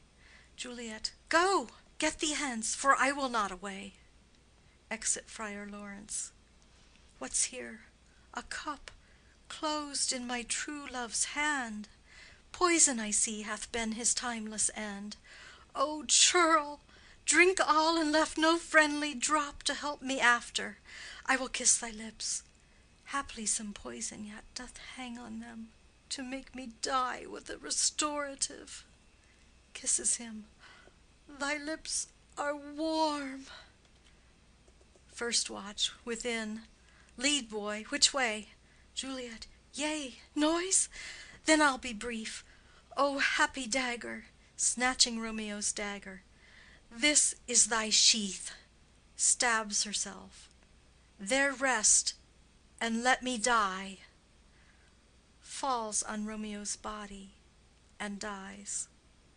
Enter watch with the page of Paris. Page. This is the place, there where the torch doth burn. First watch. The ground is bloody. Search about the churchyard. Go, some of you, whoe'er you find, attach. Exeunt some of the watch. Pitiful sight! Here lies the county slain, and Juliet bleeding, warm and newly dead, who here hath lain this 2 days buried. Go tell the prince, run to the Capulets, raise up the Montagues, some others search. Exit others of the watch. We see the ground whereon these woes do lie, but the true ground of all these piteous woes we cannot without circumstance descry. Re-enter some of the watch with Balthazar. Second watch. Here's Romeo's man. We found him in the churchyard. First watch. Hold him in safety till the prince come hither. Re-enter others of the watch with Friar Lawrence. Third watch. Here is a friar that trembles, sighs, and weeps. We took this mattock and this spade from him as he was coming from this churchyard side. First watch. A great suspicion. Stay the friar too. Enter the prince and attendants. Prince. What misadventure is so early up that calls our person from our morning's rest? Enter Capulet, Lady Capulet, and others. Capulet. What should it be that they so shriek abroad? Lady Capulet. The people in the street cry Romeo, some Juliet, and some Paris, and all run with open outcry toward our monument. Prince. What fear is this which startles in our ears? First watch. Sovereign, here lies the county Paris slain, and Romeo dead, and Juliet dead before, warm and new killed. Prince. Search, seek, and know how this foul murder comes. First watch. Here is a friar and slaughtered Romeo's man, with instruments upon them fit to open these dead men's tombs. Capulet. O heaven, O wife, look how our daughter bleeds! This dagger hath mistaken, for lo, his house is empty on the back of Montague, and it missheathed in my daughter's bosom. Lady Capulet, O me, this sight of death is as a bell that warns my old age to a sepulchre. Enter Montague and others. Prince. Come, Montague, for thou art early up, to see thy son and heir more early down. Montague. Alas, my liege, my wife is dead to-night. Grief of my son's exile hath stopped her breath. What further woe conspires against mine age? Prince. Look, and thou shalt see. Montague. O thou untaught, what manners is in this, to press before thy father to a grave? Prince. Seal up the mouth of outrage for a while, till we can clear these ambiguities, and know their spring, their head, their true descent, and then will I be general of your woes, and lead you even to death. Meantime forbear, and let mischance be slave to patience. Bring forth the parties of suspicion. Friar. I am the greatest, able to do least, yet most suspected, as the time and place doth make against me of this direful murder. And here I stand, both to impeach and purge myself condemned and myself excused. Prince. Then say at once what thou dost know in this. Friar. I will be brief, for my short date of breath is not so long as is a tedious tale. Romeo, there dead, was husband to that Juliet, and she, there dead, that Romeo's faithful wife. I married them, and their stolen marriage day was Tybalt's doomsday, whose untimely death banished the new-made bridegroom from this city, for whom, and not for Tybalt, Juliet pined. You, to remove that siege of grief from her, betrothed, and would have married her perforce to county Paris. Then comes she to me, and with wild looks bid me devise some means to rid her from this second marriage, or in my cell there she would kill herself. Then gave I her, so tutored by my art, a sleeping potion, which so took effect as I intended, for it wrought on her the form of death. Meantime I writ to Romeo that he should hither come as this dire night, to help to take her from her borrowed grave, being the time the potion's force should cease. But he which bore my letter, Friar John, was stayed by accident, and yesternight returned my letter back. Then all alone at the prefixed hour of her waking came I to take her from her kindred's vault, meaning to keep her closely at my cell till I conveniently could send to Romeo. But when I came, some minute ere the time of her awaking, here untimely lay the noble Paris and true Romeo dead. She wakes, and I entreated her come forth and bear this work of heaven with patience. But then a noise did scare me from the tomb, and she, too desperate, would not go with me, but as it seems did violence on herself. All this I know, and to the marriage her nurse is privy. And if aught in this miscarried by my fault, let my old life be sacrificed, some hour before his time, unto the rigor of severest law. Prince, we still have known thee for a holy man. Where's Romeo's man? What can he say in this? Balthazar. I brought my master news of Juliet's death, and then in post he came from Mantua to this same place, to this same monument. This letter he early bid me give his father, and threatened me with death, going in the vault, if I departed not and left him there. Prince, give me the letter. I will look on it. Where is the county's page that raised the watch? Sirrah, what made your master in this place? Boy. He came with flowers to strew his lady's grave, and bid me stand aloof, and so I did. Anon comes one with light to ope the tomb, and by my master drew on him, and then I ran away to call the watch. Prince. This letter doth make good the friar's words, their course of love, the tidings of her death, and here he writes that he did buy a poison of a poor apothecary, and therewithal came to this vault to die, and lie with Juliet. Where be these enemies? Capulet! Montague! See what a scourge is laid upon your hate, that heaven finds means to kill your joys with love? And I, for winking at your discords too, have lost a brace of kinsmen. All are punished. Capulet. O brother Montague, give me thy hand. This is my daughter's jointure, for no more can I demand. Montague. But I can give thee more, for I will raise her statue in pure gold, that while Verona by that name is known, there shall no figure at such rate be set as that of true and faithful Juliet. Capulet. As rich shall Romeo's by his ladies lie, poor sacrifices of our enmity. Prince. A glooming peace this morning with it brings. The sun for sorrow will not show his head. Go hence to have more talk of these sad things.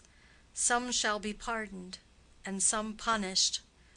For never was a story of more woe than this of Juliet and her Romeo. Exit. End of Act 5. End of Romeo and Juliet.